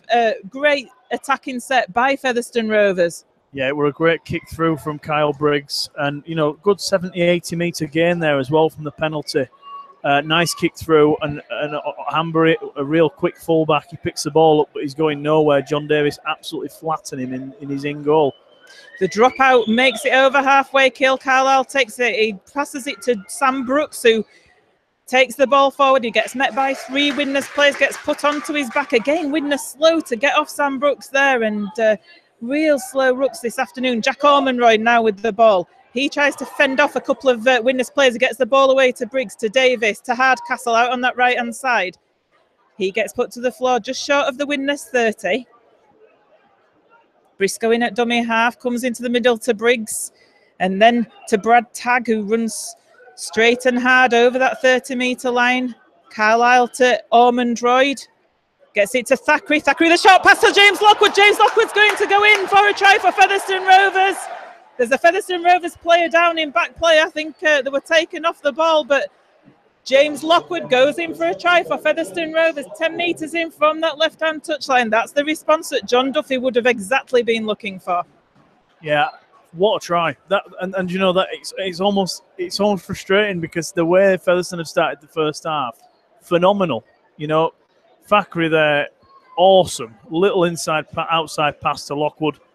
There was not a man on the field going to stop him. A little bit of concern for Jack Ormonroyd, though. 20 metres from the line. He's just been pulled to his feet, but he's in a real state. The referee seems to have ignored the fact that he appeared for me to be taken completely out off the ball very late in the day. But he's back on his feet, which is great because he's played pretty well as Jack, to be fair, this afternoon. Certainly provided most of Featherstone's go for, but that's some response. Whatever John Duffy said at half-time, it's certainly still ringing in their ears because Anthony Thackeray split Widnes into two there at the first. Well, it's the first time he's tried it, to be fair, and it's a nice bit of field position, and it's had a good result. Hardman with the conversion attempt. He's 5 metres in from this left-hand touch line. It looks good. He's good. Got it. It has Ian Harmon. That's Featherstone in double figures. 34 points to 10 it is. And listen to that Featherstone Rovers crowd behind those posts roaring away. They've got something to shout about at last. And the important thing is as well, Ryan, is that when Featherstone have got near that Widnes try line, they're getting over. It's just getting up there that they need to do. And it came on the back of that Featherstone forcing the dropout, and referees just put something on report down there. Is that the late challenge? The late shot from Mellor, I think it was Mellor, on Ormonroyd, and he's put that on report. Must have been something for Joe Mellor to flatten Jack Ormonroyd. He must have really whacked him. He must have jumped a mile high in the air, I think, to flatten Jack Ormonroyd. Ormonroyd with a risky pass there, taken eventually by Thackeray on his own 10-metre. It's not the sort of play you'd be wanting to look at. Talapapa now taking the ball forward. That's better from Featherstone. He's lost the ball and it's a penalty. Widnes crowd in front of us going mad, but Talapapa trying to get that quick play of the ball. And like I said, those rucks have been very slow, and it's important that Featherstone play those fast rucks now in this second half and get back on top into this game, or get on top, should I say, not back on top. Yeah, I bet they wish they'd like to be top. I mean, it's Featherstone beginning now to turn the screw, though. That's the main part. 6 minutes into the second half, it's 10 out of 10 performance so far from Featherstone. Everything Widnes were doing in the first half has been quelled, and they look lethal going forward. It's like a new team to come out for the second half. A rejuvenated Featherstone Rovers team. It looks more like the team we saw last week down in London. Sam Brooks now, 32 metres away, plays the ball. It comes to Briggs, to Thackeray. Oh, Thackeray with a pass behind, and the ball's being taken there by Widnes. They're going to score an interception try by Stephen Marsh. He's going to go under the post, and this is where the Featherstone Rovers attack breaks down, isn't it? Widnes Vikings, just as they were looking on the rack a little bit, Featherstone gets it mixed up in attack. The ball went to ground. It went behind the players. Stephen Marsh gratefully picked it up. He's a winger. He's not going to be stopped. He raced 70 metres, scores under the post, put Widnes Vikings on 38 points, Featherstone Rovers 10. Completely overplayed there, Joanne. It wasn't even necessary. I think there has to be a little more awareness from Featherstone going forward. When that pass isn't on, pull it. You know, they're going to have to take the tackle, get whacked. It's not ideal. But to just pass is all well and good until the pass, there's no one stood there to catch it. And on that instance, there was nobody at all. It was perhaps a little bit far too... I mean, it's been a good start to the second half, really, for Featherstone. That's just derailed it and obviously wiped out the try they got. But, yeah, it just seemed unnecessary there. Tackle 3, it didn't need to... Obviously, they are chasing the game, and if you're going to do anything, you've got to throw a caution to the wind, but within reason as well. Not that much caution. Yeah. And just as the conversion kick is coming in there from Danny Craven, it is who's kicked that conversion for Widnes Vikings.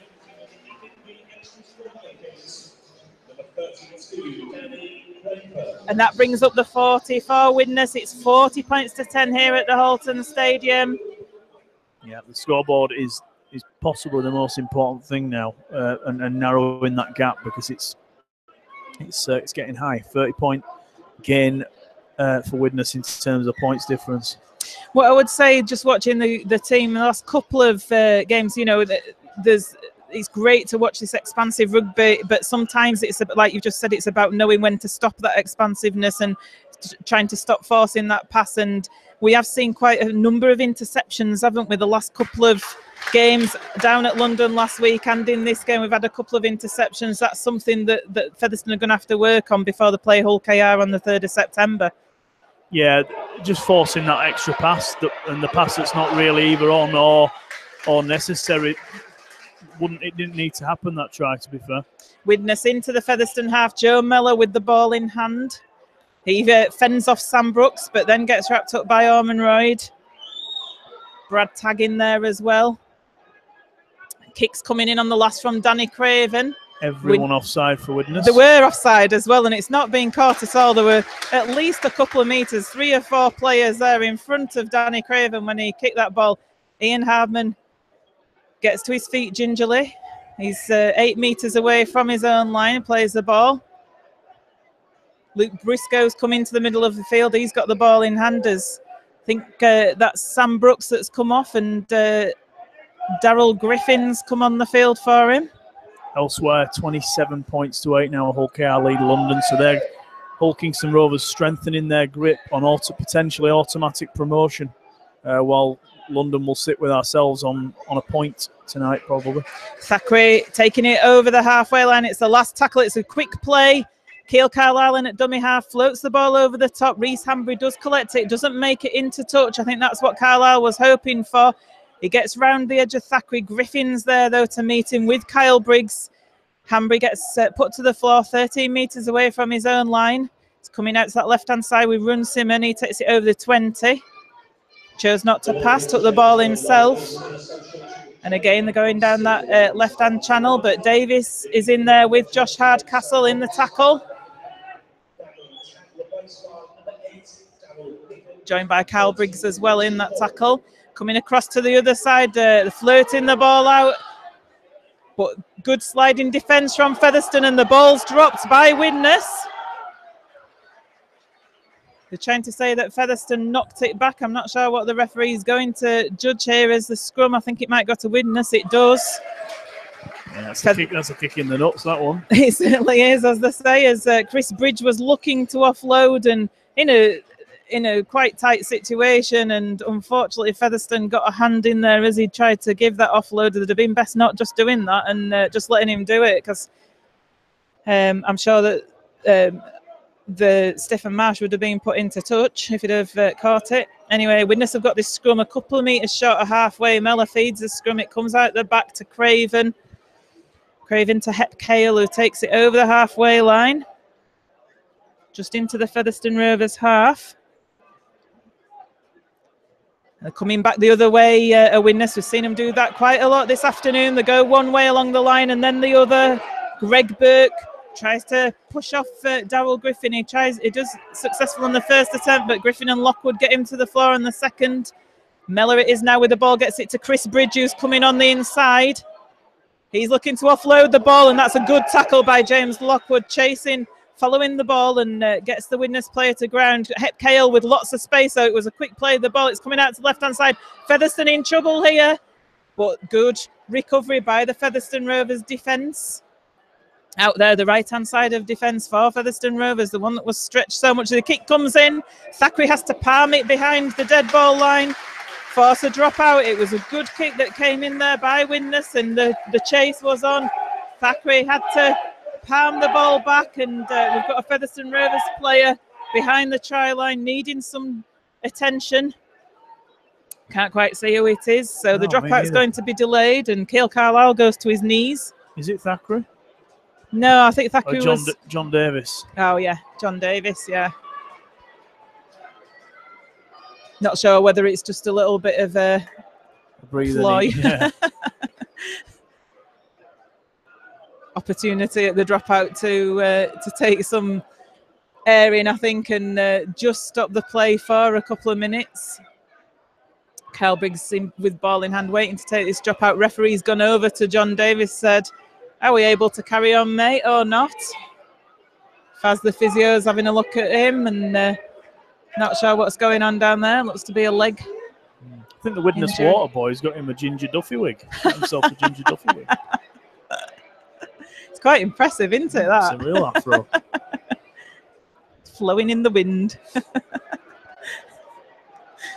John Davies gets to his feet. He's okay to carry on. So Kyle Briggs will take this drop out for Featherstone.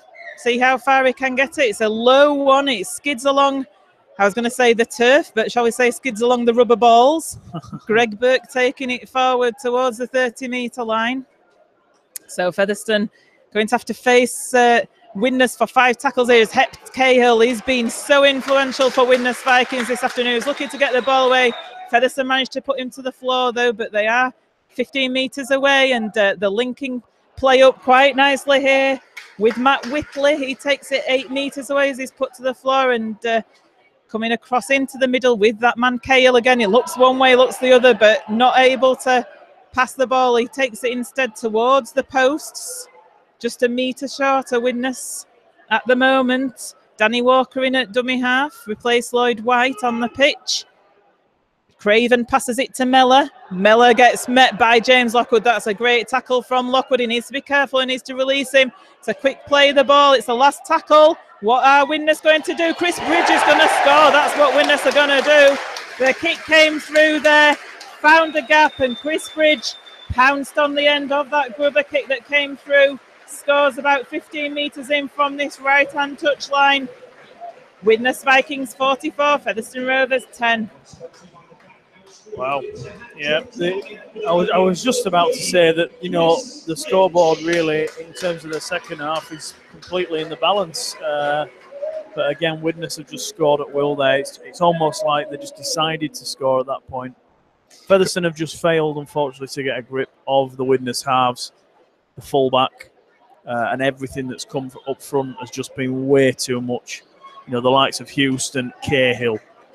They've had a field there, to be fair, up front, and that Featherstone's pack's been beaten. It makes it very difficult for the halves to play out of that. But the goal line defence is just lacking this afternoon, unfortunately.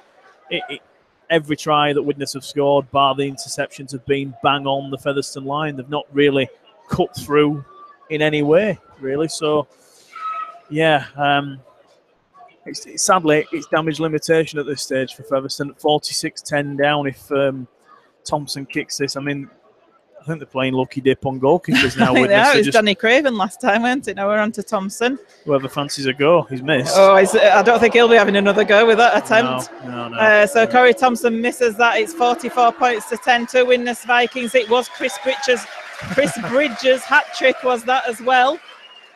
So Bridge, like I said, he's had a big part to play. It's been vintage from Chris Bridge, a player that, you know, has played at the very top with Warrington and back in the day at Bradford, and he's saved some real performance for this afternoon. He's torn Featherstone to shreds every time he's got the ball, and defensively he's done real well too.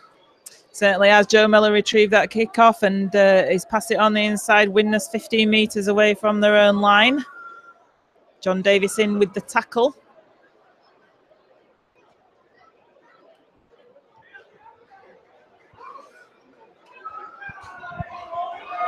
Just short of the 30 now as the ball gets played, and there's a run from dummy half. Featherstone need to keep Widnes in this half now. It's Reece Ambry who got tackled there. It's coming down this left-hand side. A couple of metres short of halfway. Fourth tackle.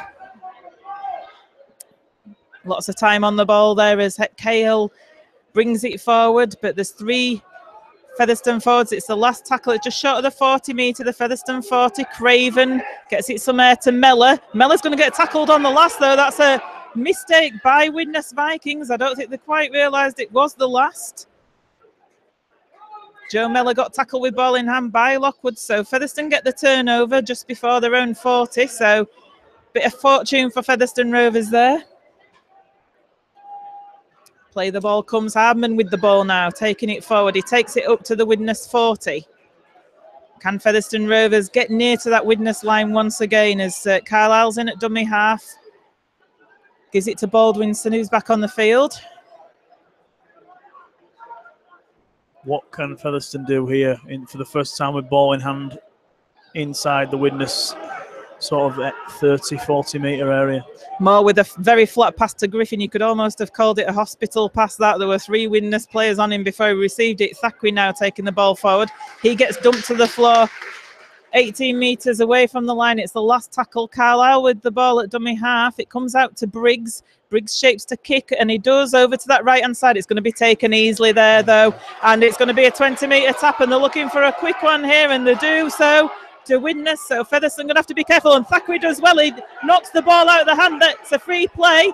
Talapapa with the ball now. He's got away with that. That were a 2-on-1 ball steal, but the referee, Gareth Heward, set off running with Corey Thompson and was nearly at the try line.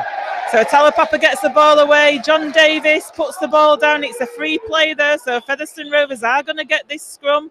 Ball's thrown away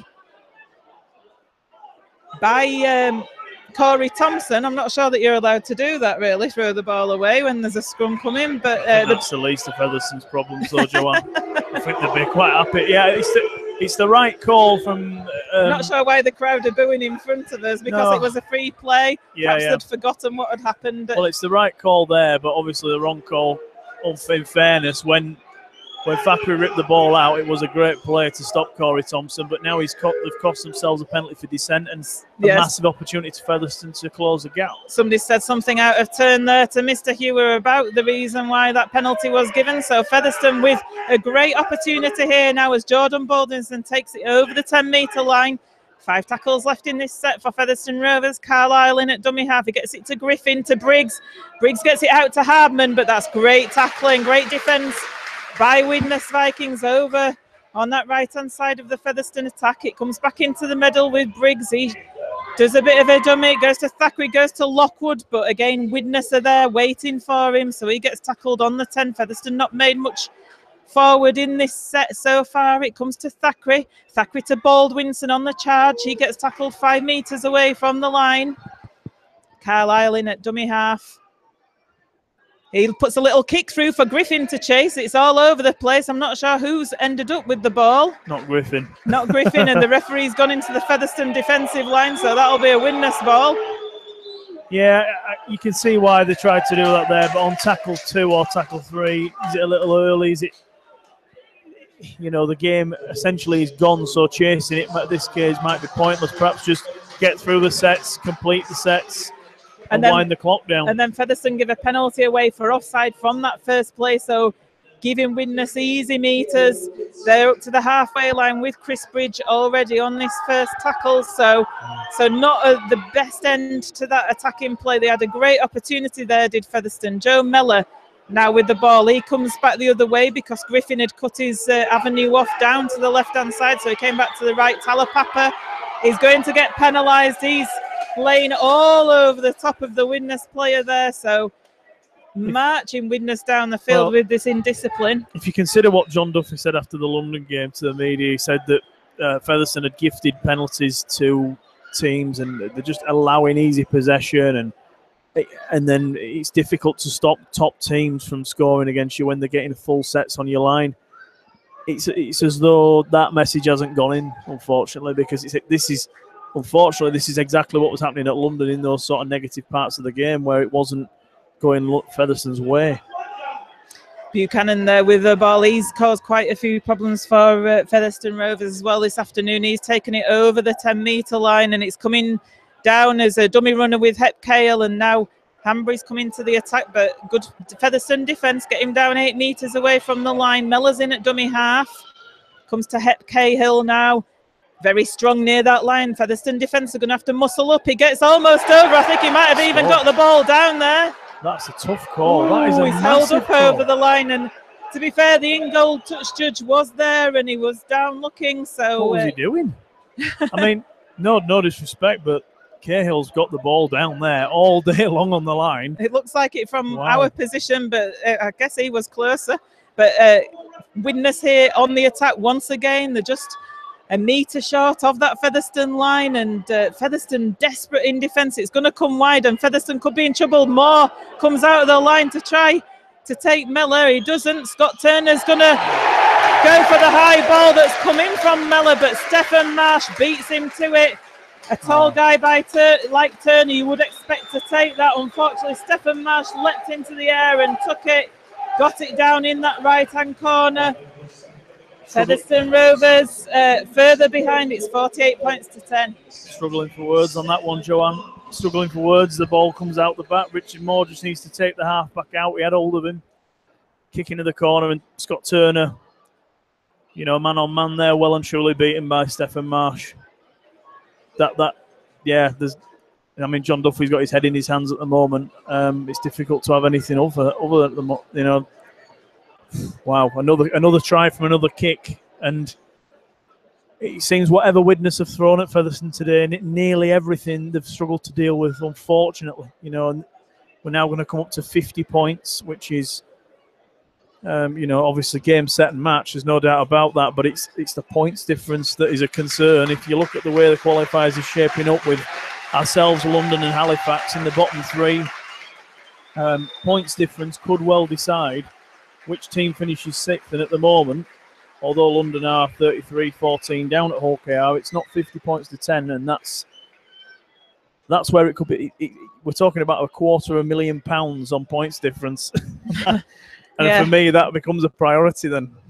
Reece Hanbury now with the conversion attempts. I think he could have got this, you know. No, he's not. He's just pulled it wide, so unsuccessful with that attempt. Yeah, it must be said as well, John Duffy was up here on the gantry with us, wasn't he, watching the TV screen in the first half. He's gone to the sidelines for the second half. I think he's felt that he needs to be closer to the action.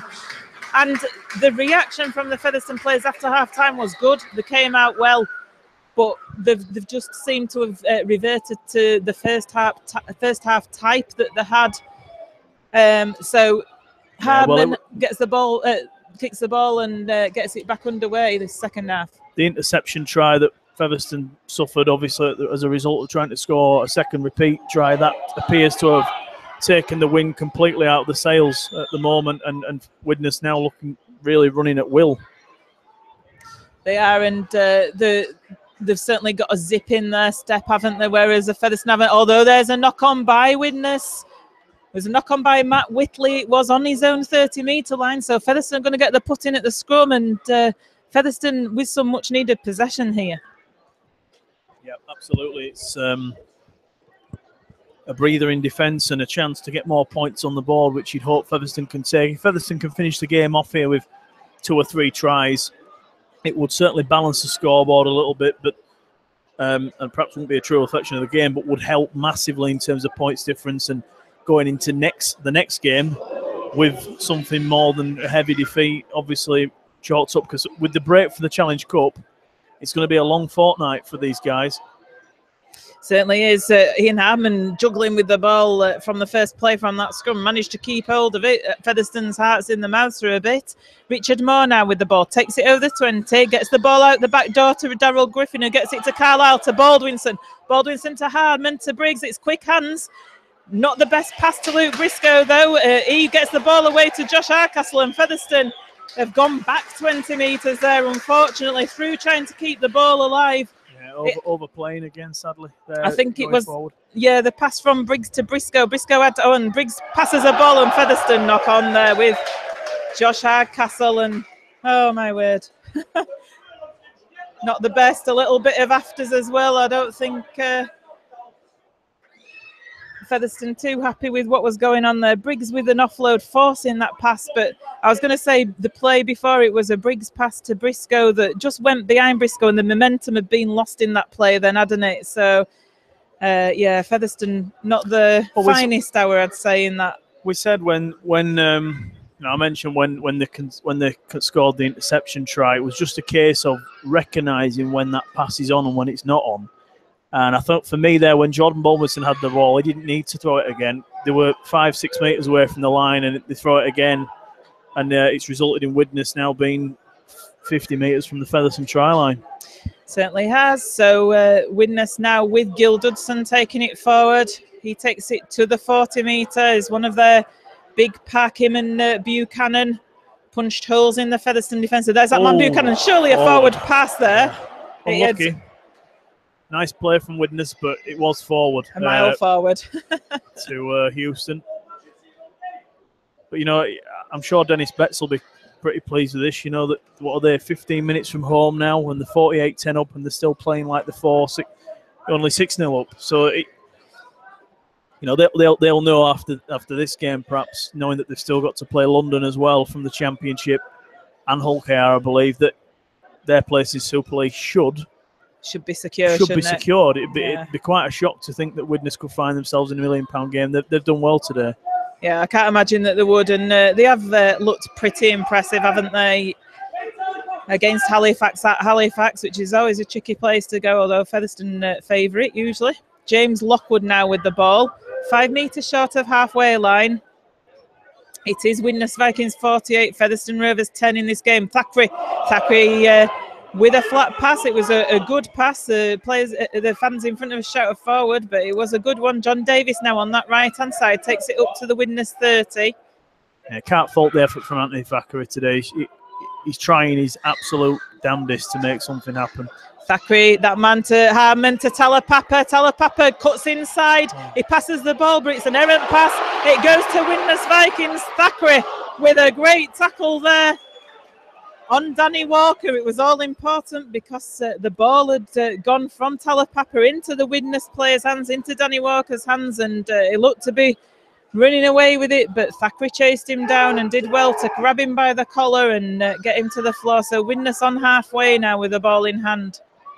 It's a good job Danny Walker got a size shirt too big there because it allowed Thackeray to grab hold of him.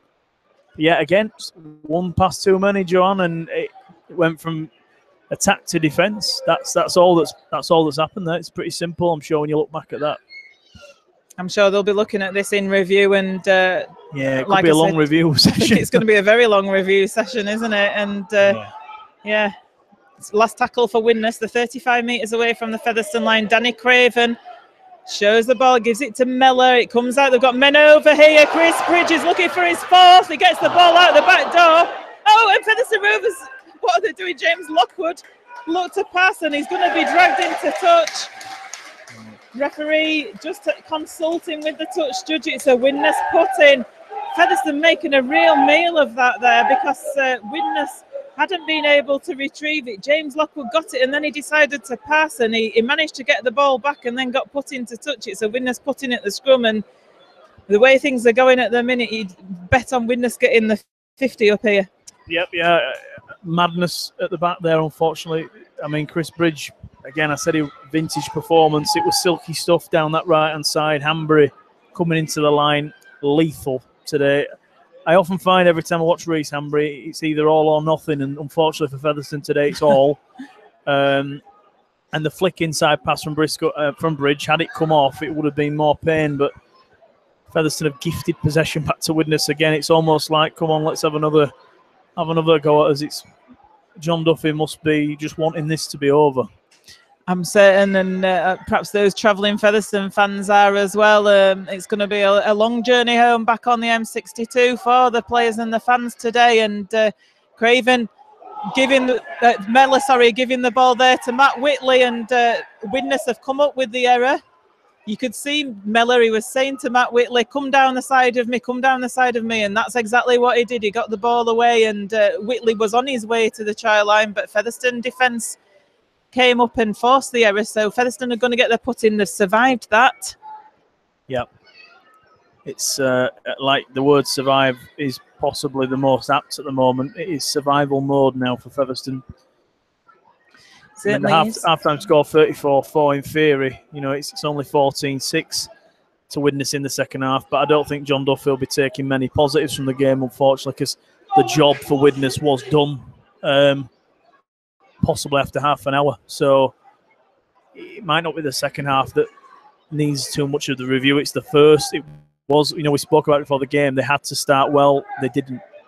They certainly didn't, no. I mean, letting Reece Hanbury come in for a fairly simple try after 5 minutes, that put the icing on the cake. And like I say, that first play from Featherstone Rovers, it was all important to get a decent kick-off out of it on the last, and that didn't happen. Jordan Baldwinson now with the ball, though. He gets the ball away to Thackeray on halfway. John Davis, but tenacious defence from Runciman, but Featherstone still keeping the ball alive to their credit. Richard Moore, he gets it out the back to Lockwood, who does a A through the legs pass, and Wildy now with the ball gets it to Scott Turner. Good play from Featherstone Rovers, keeping the ball alive. Perhaps not the cleanest. It's the last tackle, and referee gives a knock on against Scott Turner. To be fair, Gil Dudson was all over him for a very long time there. I felt that it could have been a penalty, and now there's dissent from one of the Featherstone players, Anthony Thackeray. Not happy. Gareth Hughes said penalty, mate. The players will be looking at the clock knowing that none of this has gone to plan, and it's just probably, they're just kicking cans at the moment. It's just tough for them to take, I think. I felt Scott Turner was hard done to there. Gil Dudson was all over him. He was trying to get up to play the ball. A quick play on the last tackle. Wasn't allowed to. He ended up losing it, and the referee gave a knock on. It was quite rough against them. Gil Dudson, that man with the ball now. He takes it over the 30. 3 Featherstone men in attack, in defence, sorry. It's a quick play, the ball, and it comes out the back with Danny Walker, and he gets the ball away. It's tackled 10 metres away from that line. Our winners from that Featherstone line. It's danger area. Hardman unable to get his arm free to get up to allow Widnes to play the ball. It comes to Buchanan in the middle. He's just going to go down route 1 straight towards those posts. He gets tackled a couple of metres away. Walker in at dummy half. He goes himself. Good tackling there by Featherstone Rovers. It's the last for Widnes. Comes out to Joe Mello, puts a kick over to this right-hand side, and Stephen Marsh beats Scott Turner once again, and he gets the ball away to Rhys Hambry. Rhys Hambry goes in for his hat-trick this afternoon and brings the 50 up for Widnes Vikings. It's 52 points to 10. Disappointing because Featherstone Rovers had men in defence there to defend that high kick. Yeah, just not dealt with it, have they? Beaten twice, in the air. That's, again, I mentioned this before during the first half. It's like deja vu, and once again, just completely beaten in the air. It's just Widnes is just making this look easy. Very, very difficult to watch, I'm not honest. It's awful to watch. And that's from me being a Featherstone Rovers fan. So, not the best. It does remind me of our performance a little bit at Salford last year in the 8s, where Featherstone were totally outclassed and outplayed by Super League opposition. And, you go into these 8s in fairly good form, thinking that you're going to do pretty well. And then you meet Super League opposition on their own pitch, and you soon come to realise that there is a little bit of a gap there between Championship and Super League. Rhys Hambry now with the conversion attempt. That's going to go wide, so it remains Widnes Vikings 52, Featherstone Rovers 10. Something perhaps, as you've touched on there, John, of a reality check this afternoon for Featherstone. How to beat a Super League side. That sort of quest continues, doesn't it, after this being the second season in the Super 8s. There are Super League sides yet to play, Catalans and Warrington, and we've got to see whether we can improve on this, because this is obviously quite a way off where it needs to be. Short kick-off coming from Featherstone Rovers. Penalty goes, though, because Luke Briscoe bustled Tom Olbison off the ball. He shoulder charged him. Well, not shoulder charged, he just fended him off the ball, so penalty comes in. So it's going to be backs to the wall once again as Widnes take the tap on the Featherstone Rovers 40. I'm fed up of Widnes having the ball in hand in this game, to be honest. I would like to see the stats. I bet Featherstone haven't had 10-15 minutes of the ball all game. It's going to be at least 70%, 30%, I'd guess, if you were looking at possession percentages. And I think it's fair to say that the referees get plenty of stick these days, but the man in the middle's had no involvement in.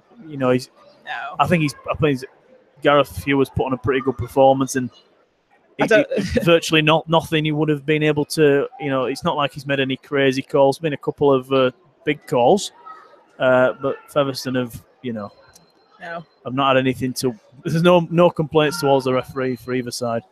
Hambry once again in the line, and uncharacteristically puts a wild pass in for Widnes. It floats into touch, so Featherstone going to get the put in at the scrum, and it's something that we've not seen from Widnes Vikings.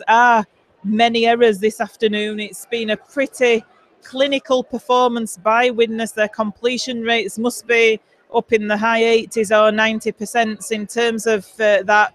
Featherstone's unfortunately won't be. And that's something that they need to look at. And it tells the story of the game, really. You know, if you don't have the ball in hand, you don't have the chances. And it's quite simple. It's a simple game, is rugby league, really. It's just about getting it right on the field. Josh Hardcastle now with the ball on the 20. Wildy in at dummy half. 6 minutes to go, and they're going to feel like long 6 minutes. I The thought ball there is was lost. 1 minute left, but Penalty I saw to 7. Featherstone. Oh, it's 6 minutes to go. I thought it was 1, it's 7. So yeah. Penalty to Featherstone Rovers, though. There was a ball steal, so Kyle Briggs is going to put the kick into touch. Tap's going to be taken on halfway for Featherstone Rovers. Thank you to all those Rovers TV viewers and listeners that have persevered with this match this afternoon. It's been quite a tough one to commentate on, I must admit, but I hope you are enjoying it. Perhaps have a beer in your hand or something. Perhaps that's what I need at the moment. It would have been easier with beer. It would. So Wildy now in at dummy half. It comes out to a Kyle Briggs. Briggs shows and tries to go himself, but Widnes wrapping him up there. He's 22 metres away from the Widnes line. Can Featherstone Rovers get something here with Sam Brooks to Thackeray? Good tackle there, though, from Widnes. Thackeray plays the ball quickly, though, and it comes out to Ian Hardman.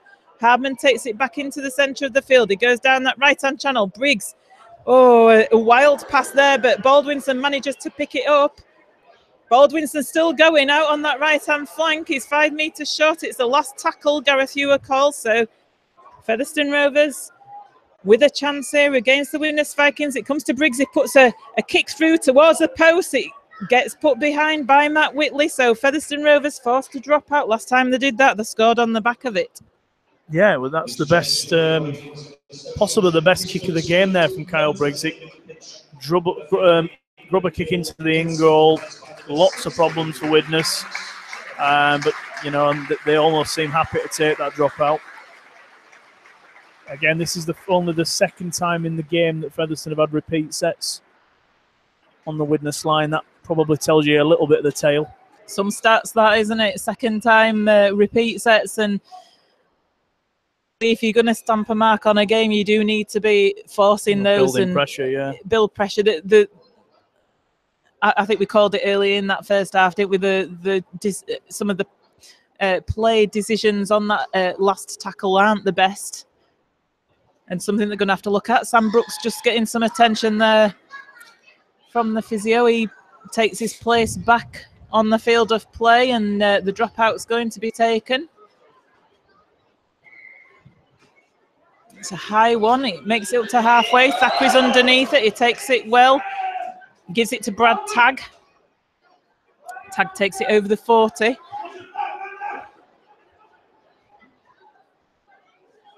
Comes to James Lockwood now. Lockwood over the 30. 4 more tackles in this set for Featherstone to do something with. Thackeray now with the ball in hand. Runs across the line to Briggs. This is better. Briggs to Hardman. Hardman to Hardcastle, who puts it forward to Luke Briscoe. Again.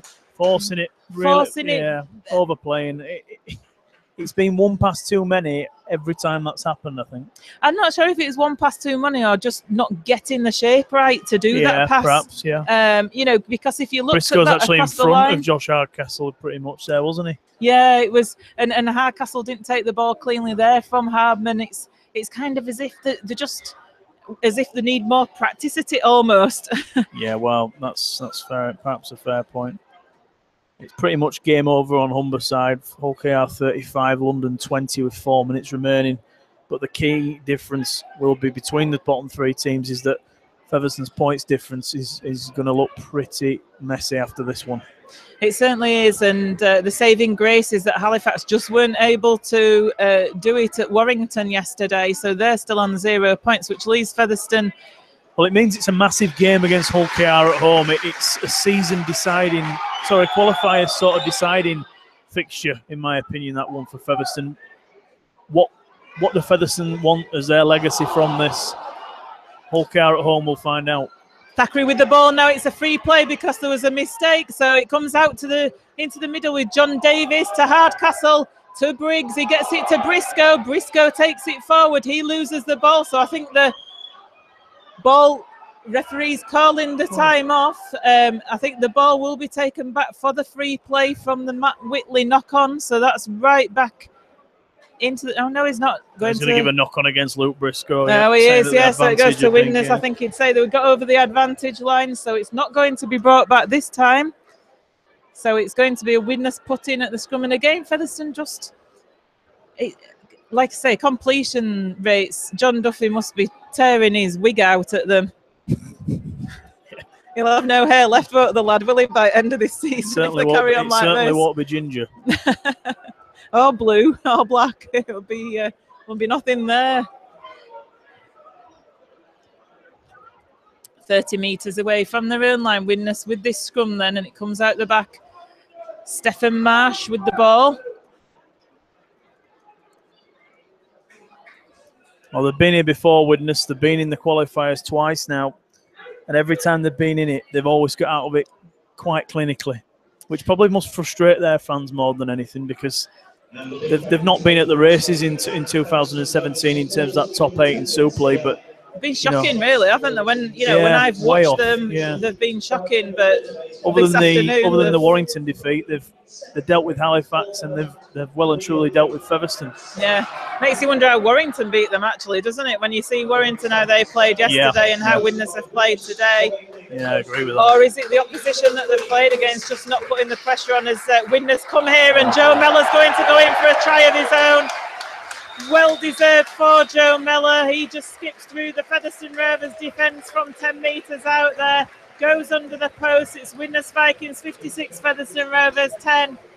Well, I think when you think that the panic sort of set in over in these parts when they lost Rangi Chase recently too. He's obviously banned for his alleged drugs use in recent times, but I wouldn't be panicking if Joe Mellor was my halfback. I don't think he's pulled the strings from minute 0 to 80. And if there's a player on the field that deserves to score, I'd like to see it more than Joe Mellor, because it's been a Joe Mellor, Reece Hambury, Danny Craven masterclass, which I'm sure Featherstone Rovers fans won't want to hear, but that is the truth of the matter. Hambury adds the extras, so it is 58 points to 10 here at the Halton Stadium. Just a few minutes. In fact, the hoop has gone there. It was the last minute of play.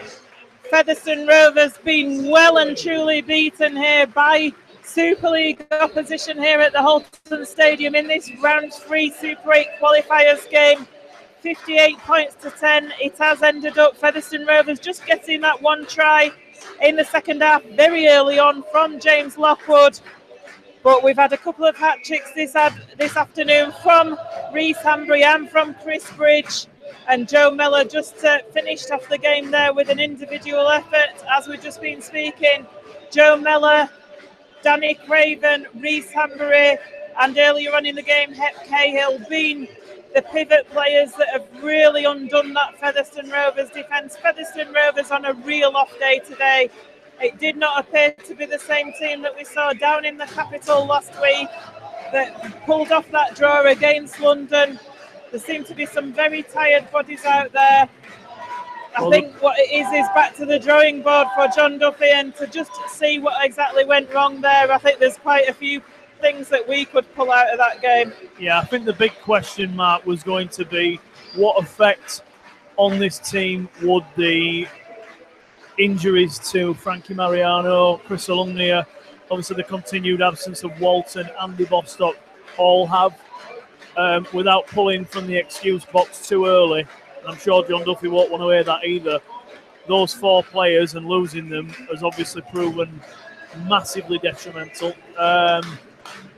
And yeah, I think there's a long way to go in these qualifiers yet. There's still 4 games left, but I don't think any of us want a repeat of that one. That was an absolute, comprehensive demolition job. To be fair, you can't take anything away from Widnes. They played really well, and they had Featherstone beat across the park. Featherstone Rovers have got a week off now. I think they're well overdue that week off. Like I say, it looked tired bodies out there. There's injuries out there. They've had 2 tough games on these 4G pitches, not wanting to make any excuses. They have got a week off. It's a week where they can recuperate, they can recover, they can get themselves back on track. And how important is that game down at Featherstone Rovers at the LD Nutrition Stadium against Hull Kingston Rovers in 2 weeks' time? It's a big one. And it's a massive one, Ryan. And I think it's really important that the Featherstone people turn up in numbers, get behind this team. We're in the Super 8 qualifiers. We're still in the mix. It's been a bit of a setback this afternoon, but they've got to get back on the horse and really put a performance in 2 weeks' time. Yeah, absolutely. It's a huge home game. If ever, you know, that the players are going to need the support, it's going to be against Hull KR. We've had Hull KR beat twice this season. We've got a point from both the fixtures. Probably could have been 4.